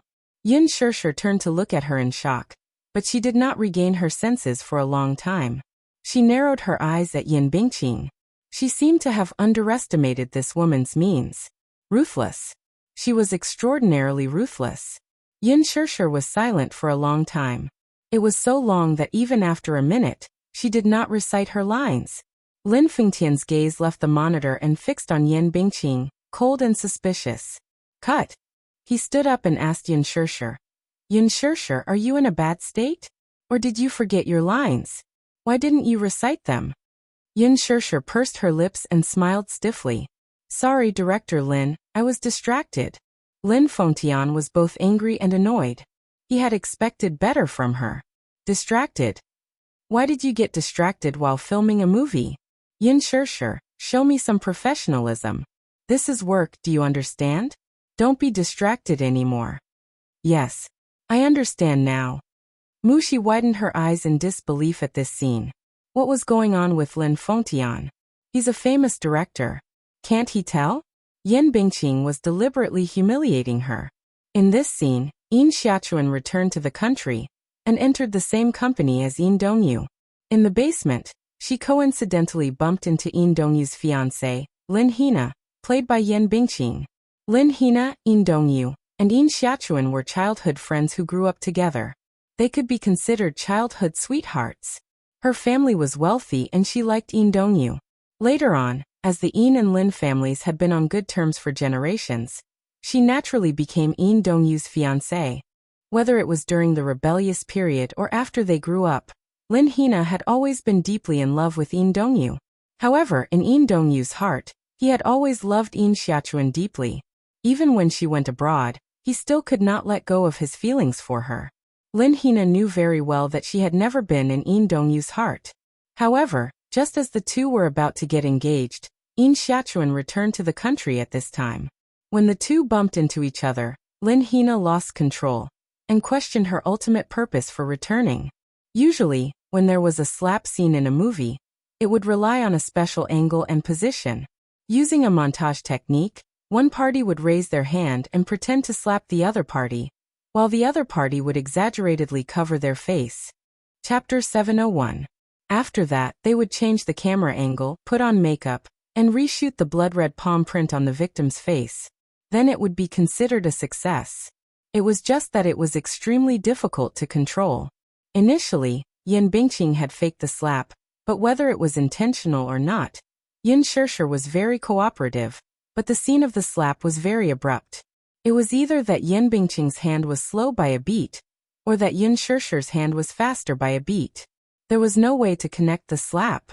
Lin Fengtian was so angry that he stomped his feet and gave Yin Bingqing a torrent of abuse. Yin Bingqing said innocently, "You can't blame me. My lines are so long, and I have to control my emotions and pay attention to my positioning. The most important thing is that I have to be careful not to hit her. It's too difficult. How do you want me to act?" Lin Fengtian was so angry that he frowned and gritted his teeth. "Why don't you let me try hitting her? Perhaps this would make the acting even more realistic." "Director Lin, you are so professional. You must understand my difficulties. I also want to film this movie well to prove my acting skills. Moreover, I have filmed such scenes before. It's no big deal to be slapped once or twice. Yin Shirshir is a serious newcomer. She will definitely agree to it." Yin Bingqing suggested seriously. After she finished speaking, she looked at Yin Shirshir, who was standing at the side. Do you agree? Yin Shirshir pursed her lips and looked at Lin Fengtian, but she did not speak for a long time. If other actors had said this, she would have agreed immediately. But how could Yin Shirshir not know what Yin Bingqing was thinking when she suggested it? She just wanted to use this scene to viciously beat her up to vent her anger. Lin Fengtian frowned deeply. In fact, many actors would be more anxious than the director if they did not pass after a few lines. In a moment of desperation, they would take the initiative to suggest that it would be better to do it for real. Even the veteran actors would do it for real. For the sake of art, although they would suffer some physical pain, the effect would be very good. But would Yin Shirshir agree? Lin Fengtian did not know what grudges there were between Yin Bingqing and Yin Shirshir. He only knew that Yin Bingqing's performance in this movie was remarkable. She had indeed improved a lot. If he could get good results, of course he would agree. It all depended on Yin Shirshir. When Yin Shirshir heard Lin Fengtian's question, she couldn't reject him. She could only nod her head. Thus the scene earlier occurred. Yin Bingqing's slap was indeed too heavy. Yin Shirshir's body was soon dyed red, and a red handprint appeared on her face. Her cheeks were burning with pain. Mushi ran over with heartache. Her fingertips touched her cheek, which was hot and swollen. She hated Yin Bingqing so much in her heart. Shirshir, does it hurt? Mushi cautiously asked, feeling a lump in her throat. Yin Shirshir hissed and coldly said, "It doesn't hurt." How could it not hurt? Yin Bingqing had used all her strength in that slap. She wanted nothing more than to slap her, until she was covered in blood. However, compared to the pain, what she felt more was the bone-deep humiliation and embarrassment. Yin Bingqing did it on purpose. There was no doubt about it. She did not expect her to be so despicable as to use such means to take revenge. This is too much. How could she do this? Mushi's heart ached so much that she was about to cry. Go and tell Director Lin that this scene should be shot from a different angle. If this goes on, who knows how many more times she will do it. Chapter 702. Even if she gave feedback to Lin Fengtian, could this scene be cut out? How could it be? In the usual plot, a slap scene would attract a lot of attention. How could it be cut out? She had experienced Yin Bingqing's unscrupulous methods. Mushi's heart ached so much that she could only cry. She felt a little guilty, thinking that it was all her fault. If it were not for her, she would not have a grudge with Yin Bingqing. She hurriedly went up and used concealer to cover up the red and swollen handprint that Yin Bingqing had just slapped her. She could feel the pain just by looking at it. Gu Xingzi stood at the side and watched, his face as cold as stagnant water. He wanted to take a step forward, but his eyes darkened. He returned to his original spot and clenched his fists tightly. Lin Fengtian stomped his feet and reminded Yin Shirshir again. You must not be distracted this time. Try to pass it in one take, okay? Yin Shirshir nodded. She knew that Lin Fengtian was worried about her. He was afraid that she would not pass the first take and would have to suffer another slap. The actors got into their positions. Hina, long time no see. Yin Shirshir stood at the same spot with her hands behind her back. Her eyes were smiling, and her pure face seemed to have aged well. In Xiachuan, why are you back? Yin Bingqing was brought into the role and looked at her in disbelief. She pressed on and asked almost mournfully, why are you back? Can't I come back? Yin Shirshir widened her eyes in shock. She was puzzled by the hostility of Lin Hina, played by Yin Bingqing. This is my home. If I don't come back, where else can I go? Smack. Yin Bingqing gave her another heavy slap on the face, and it was the same spot. The force this time was even stronger than the previous slap. It was as if she had poured all her anger into it. She hated it. She hated Yin Shirshir's arrogance to the core. Thinking of how she had been humiliated by her earlier, Yin Bingqing couldn't wait to tear her apart when she saw her calm face. Therefore, there was no need for him to brew his emotions. His anger was fully displayed. The strength of this slap almost made Yin Shirshir lose her balance. Her body swayed, and the slap made one side of her ear ring. She felt a tinnitus. She finally steadied herself and raised her head while covering her face, only to see Yin Bingqing staring straight at her. She didn't say her lines for a long time. After a long pause, she suddenly stomped her feet and turned around in embarrassment. She made a face at Lin Fengtian and said, "Director, I forgot my lines." The entire place was dead silent. Gu Xingze, in particular, had almost reached the limit of his tolerance. His handsome face was filled with anger, and a cold aura was constantly emanating from his body. This time, everyone's eyes could see it clearly. Yan Bingqing was obviously doing it on purpose. She was using this scene to suppress Yin Shirshir. She was obviously trying to teach this newcomer some rules. Youngmi sat at the side. It was her turn to act in the next scene, but because of the continuous NGs in this scene, it wasn't her turn yet. She had to touch up her makeup again and again. She could also tell that this Yan Bingqing had ulterior motives. This was her usual way of teaching newcomers a lesson. It wasn't as if she had never experienced it before.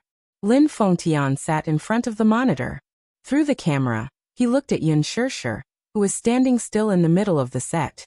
She stood there expressionlessly. Her eyes were very, very calm. Her face was pale and colorless. The other side of her face was so red that it looked as if it was dripping blood. The handprint was prominent again. Chapter 703. At the side, many of Yan Bingqing's fans were mocking and sneering at her. Countless vicious criticisms were like poisonous swords stabbing into her body. However, she acted as if she did not hear them. Her face was calm, arrogant, and elegant, as if she was an otherworldly fairy who was untainted by the dust of the mortal world. Yan Bingqing gritted her teeth as she watched. She secretly glared at her angrily. She stood there quietly. Even such humiliation couldn't make her frown in the slightest. Yan Bingqing originally thought that after 2 slaps, Yin Shirshir would definitely beg her for mercy shamelessly. If it were someone else, even if they did not beg her for mercy, they would cry and beg her not to hit them so hard. However, she did not. She only stood there silently, her body as light as a butterfly's wings. Yan Bingqing snorted. Anyway, she still had a lot of time. She wanted to see how long Yin Shirshir could last. Slap. Yin Shirshir's face was slapped to one side. There was another buzzing sound. She even suspected that her eardrums were going to be pierced by her. Yan Bingqing's conciliatory laughter faintly sounded in her ears. "Director Lin, I did not adjust my state just now. I can't connect." Lin Fengtian said impatiently, "Yan Bingqing, this is the film set. It's not a place for you to mess around." Although he did not know what happened between Yan Bingqing and Yin Shirshir, after watching a few NGs, even if he was blind, it was clear that Yan Bingqing was doing it on purpose. Therefore, there was a hint of displeasure in his words. Yan Bingqing did not care about it. So what if Yin Shirshir had Lin Fengtian's protection? Did she have the ability to make her fly away? She was not afraid. Gu Xingze walked to her side and suppressed his anger. "Yan Bingqing, that's enough." "Xingze, I don't understand what you're talking about." "What do you mean?" Yan Bingqing was a little displeased. "You did it on purpose." Gu Xingze's voice was cold and his eyes were sharp. "If you continue to be like this, do you believe that I will ban me?" Yan Bingqing continued his words and rolled her eyes. "You're actually treating me like this for a newbie. Xingze, to think that we've been partners for so many years. For my sake, don't make things difficult for her." "Okay, I really didn't do it on purpose. It was really an accident," Yan Bingqing explained again. Even if Gu Xingze did not believe it, there was nothing he could do.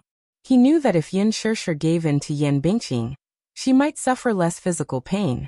However, he believed that with Yin Shirshir's stubborn character, she would not bow down to him. Slap. Yin Shirshir turned her face to the side.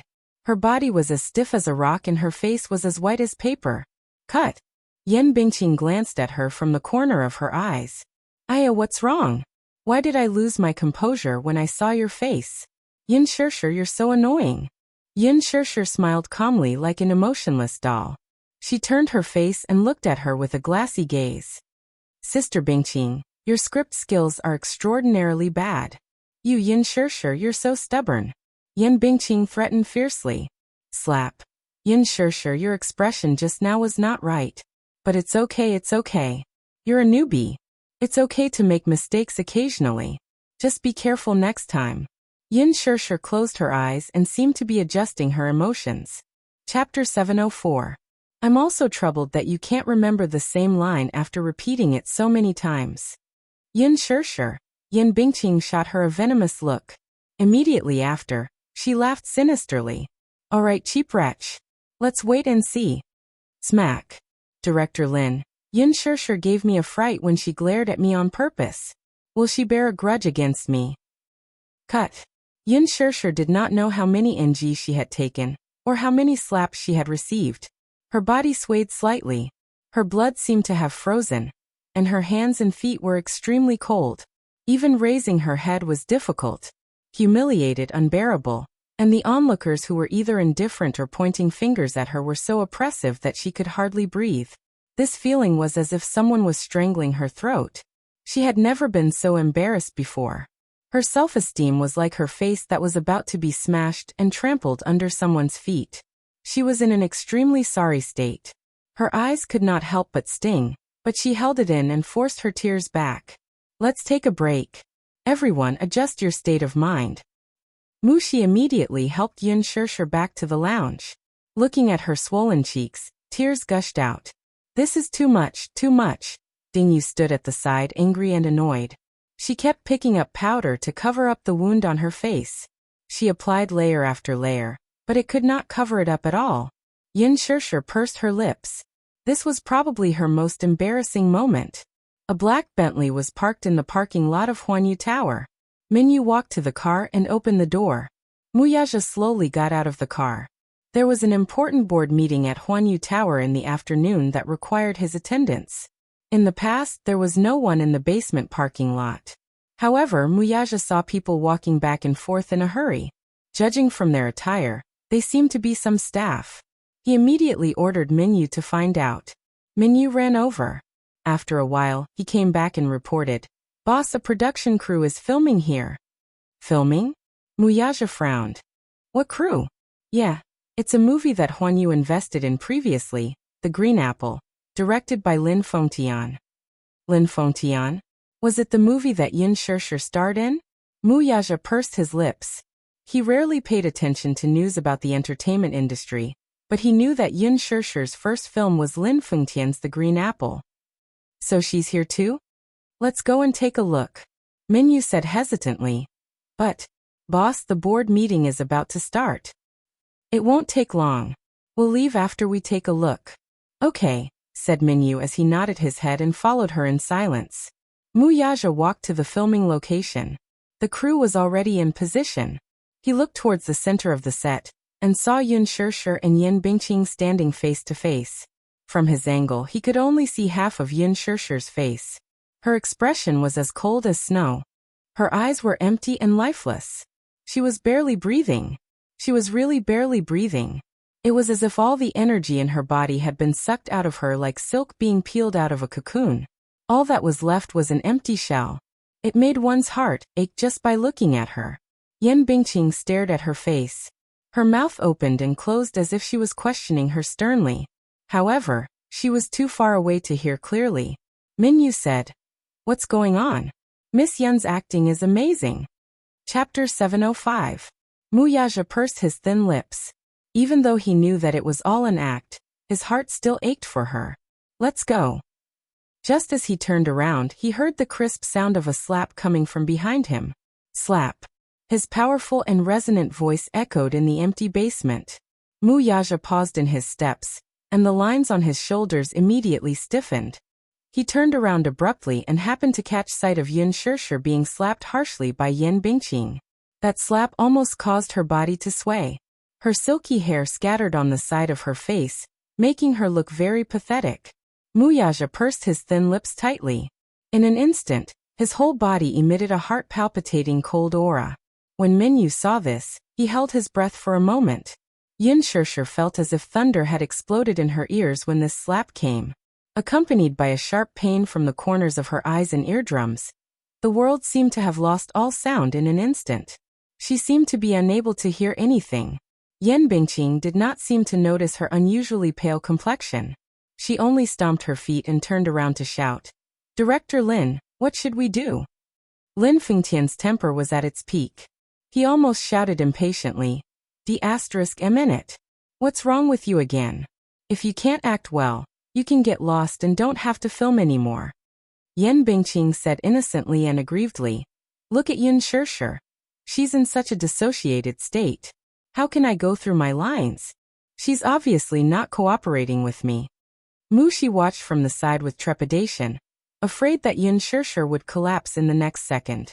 She was conflicted, though, and hoped that Yin Shirshir would just collapse like this and stop forcing herself to suffer. This Yen Bingqing was still questioning Yin Shirshir's unwillingness to cooperate. Did she not see how much effort she had put into it? Who could withstand it? Lin Fengtian suppressed his anger and looked at Yin Shirshir. The next moment he was stunned. Yin Shirshir tried her best to support her body that was on the verge of collapse. She slowly raised her head and opened her eyes. Everyone looked at her. The corner of her left eye was filled with blood, which was extremely shocking. Cold sweat trickled down his cheeks and into his lips. It was astringent and salty. In a daze, the heels of his body suddenly trembled, and he was unable to stand still. There was a moment of darkness in front of his eyes, followed by a dizzying dizziness. Yin Shirshir's body swayed. It was obvious that she was about to fall over. Her condition was obviously not right. Lin Fengtian suddenly stood up from behind the monitor. Yen Bingqing also saw that the corners of Yin Shirshir's eyes were bloodshot. She smiled shyly and said, I assure sure I'm sorry. Did I hit him a little too hard just now? But you can't blame me. Suddenly, she lowered her voice and said viciously, It's your fault for having such an annoying face. Yin Shirshir was in a daze. It was as if she could not hear Yen Bingqing's vicious and mocking laughter. The blood in her body seemed to be frozen, and could no longer flow. In her chaotic consciousness, all her willpower was on the verge of dissipating. Her body trembled for a moment. Her heels could no longer support her heavy and collapsing body. Every strand of nerves in her brain snapped as a wave of darkness fiercely assaulted her. Yin Shirshir's body went limp and she fell backward. Shirshir, Shirshir. It was as if countless people were rushing to her and calling her name. Gu Xingzi could no longer sit back and watch. Seeing her fall to the ground, he got up and hurried to her. Chapter 706. Before Gu Xingzi could react, he staggered a few steps. When he looked up, he saw a tall and ruthless figure walking quickly to Yin Shirshir's side. Muyaja? Why is he here? At this moment, everyone on set was stunned. Even Yen Bingqing stood rooted to the ground with a pale face. She did not expect Yin Shirshir to be so weak that she fainted with just a few slaps. However, she did not think about how much strength she had put into each of her slaps. Could an ordinary person take it? The set keeper and assistant surrounded Yin Shirshir. Mu Shi was at a loss as she squatted at the side. She looked at Yin Shirshir's red and swollen face and cried sadly. She took out her phone with trembling hands and dialed the ambulance. Mu Yaja was filled with anger. He pushed the crowd aside and bent down slightly to hug Yin Shirshir. His slender fingers caressed her red and swollen face. From his angle earlier, he could not see her entire face.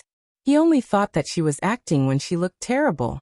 However, when he heard the slap and saw her unconscious on the ground, he felt suffocated and found it difficult to breathe. Immediately after, an uncontrollable anger rose in his heart. It was a kind of anger that wanted to destroy the world. Mu Yaja caressed her cheek gently. The side of her face that was slapped was boiling hot, as if it was going to burn his fingertips. It was so red that it looked like blood was dripping from it. This was definitely not something that could be caused by a slap. Mu Yaja's heart ached as he hugged her shoulders tightly. Heartache, anger, and vexation surged through his limbs and bones. He took a deep breath to suppress the urge to smash the set. He slowly raised his head and looked at Yen Bingqing, the instigator. Just now, he had seen with his own eyes that she had slapped his woman. She actually dared to slap her. And she was so ruthless. Was she courting death? Yen Bingqing received his incomparably sinister gaze, which was like an eagle's drill. Mu Yaja's eyes were abnormally cold. He was as fierce as a jaguar eyeing its prey, as if he would pounce on her in the next second with a roar and swallow her whole, not even leaving her bones behind. Yen Bingqing couldn't help but take a few steps back, as if she had seen a terrifying scourge. Her whole body was drenched in cold sweat. Initially, when Mu Yaja rushed onto the set, no one present recognized this godlike, aristocratic man who had descended from the heavens. After all, These people had never seen the real face of the CEO of Dishing Financial Group. Yan Bingqing did not recognize him at first, but after taking a closer look, she realized that this man was the crown prince of the Mu Group, Mu Yaja.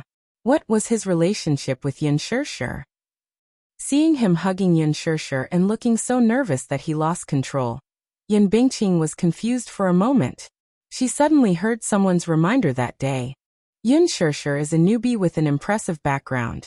Sister Bingqing, it's better if you don't offend her. Impressive background.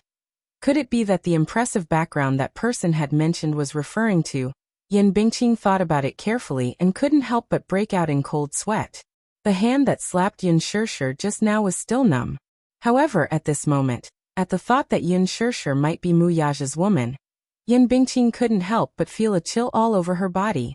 Even her toes couldn't help but feel cold. She had only wanted to teach this newbie a lesson. Chapter 707. But who was she?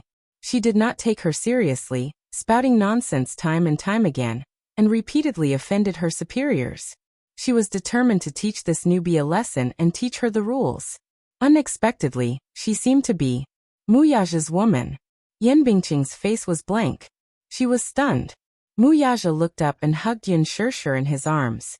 Her body was so thin and petite, and she was so light, like a feather, that he could hug her completely in his arms with one hand effortlessly. He walked in front of Yan Bingqing, and his gaze was like a cold sword piercing her body. In an instant, Yan Bingqing felt as if her body was riddled with holes by his gaze. Did you hit her? Mu Yaja's thin lips parted slightly, and a few cold words escaped from his cold and arrogant lips. The hidden murderous intent in his handsome eyes could not be concealed, and was about to burst out. Yan Bingqing shuddered and lowered her head, not daring to look into his eyes. Her heart was shivering. However, she did not dare to admit it, let alone deny it. There were so many pairs of eyes present, and many of them were Yin Shishir's men. If she denied it, someone would step forward to accuse her in the next second. However, even if she had the courage of a bear and the courage of a leopard, she did not dare to admit it directly. She was afraid that the man would crush her in the next second. This was not an exaggeration. This man definitely had the ability to do so. Mu Yaja. This name was feared by many.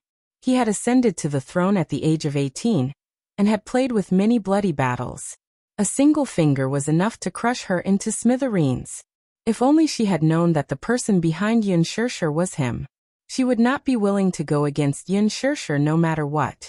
Mu Shi, who was standing at the side, was trembling with anger. Although she did not know who the man hugging Yin Shishir was, she could tell that Yan Bingqing was in awe of him. It could even be said that she was afraid and terrified of him. He must be a man with a high status. With this thought in mind, Mu Shi was no longer afraid of Yan Bingqing's terrifying background. She pointed at Yan Bingqing and complained with tears in her eyes. It's her. She's the one who hit her. She's deliberately making things difficult for Shishir. Shishir's acting clearly had no problems, but she deliberately found fault with Shishir, and even asked for real. Using acting as an excuse, she slapped Shishir a few times. Wu's Mu Shi's wrong. Shishir's so pitiful, Shishir of course. Mu Shi's tearful complaint was echoed by the others on the set. We all saw it. Yan Bingqing did it on purpose. Although it's an act, she clearly could have faked it, but she wanted to hit her for real. Yes. One slap wasn't enough. She even pretended to forget her lines and slapped Shishir a few times. I can't even count how many times she slapped her. That's right. She's usually targeting Yin Shishir. We've all seen it, but Yin Shishir is modest and docile to everyone. Everyone likes her very much. Yan Bingqing is too much. She deliberately made NGs and hit her harder each time. Let's send her to the hospital. I'm really worried that something might happen. That's right. Let's send her to the hospital. Yan Bingqing is very heavy-handed. I hope nothing happens to Shishir. Otherwise, we won't be able to forgive her. Angry accusations were incessant. Accusations kept popping up around him, one after another.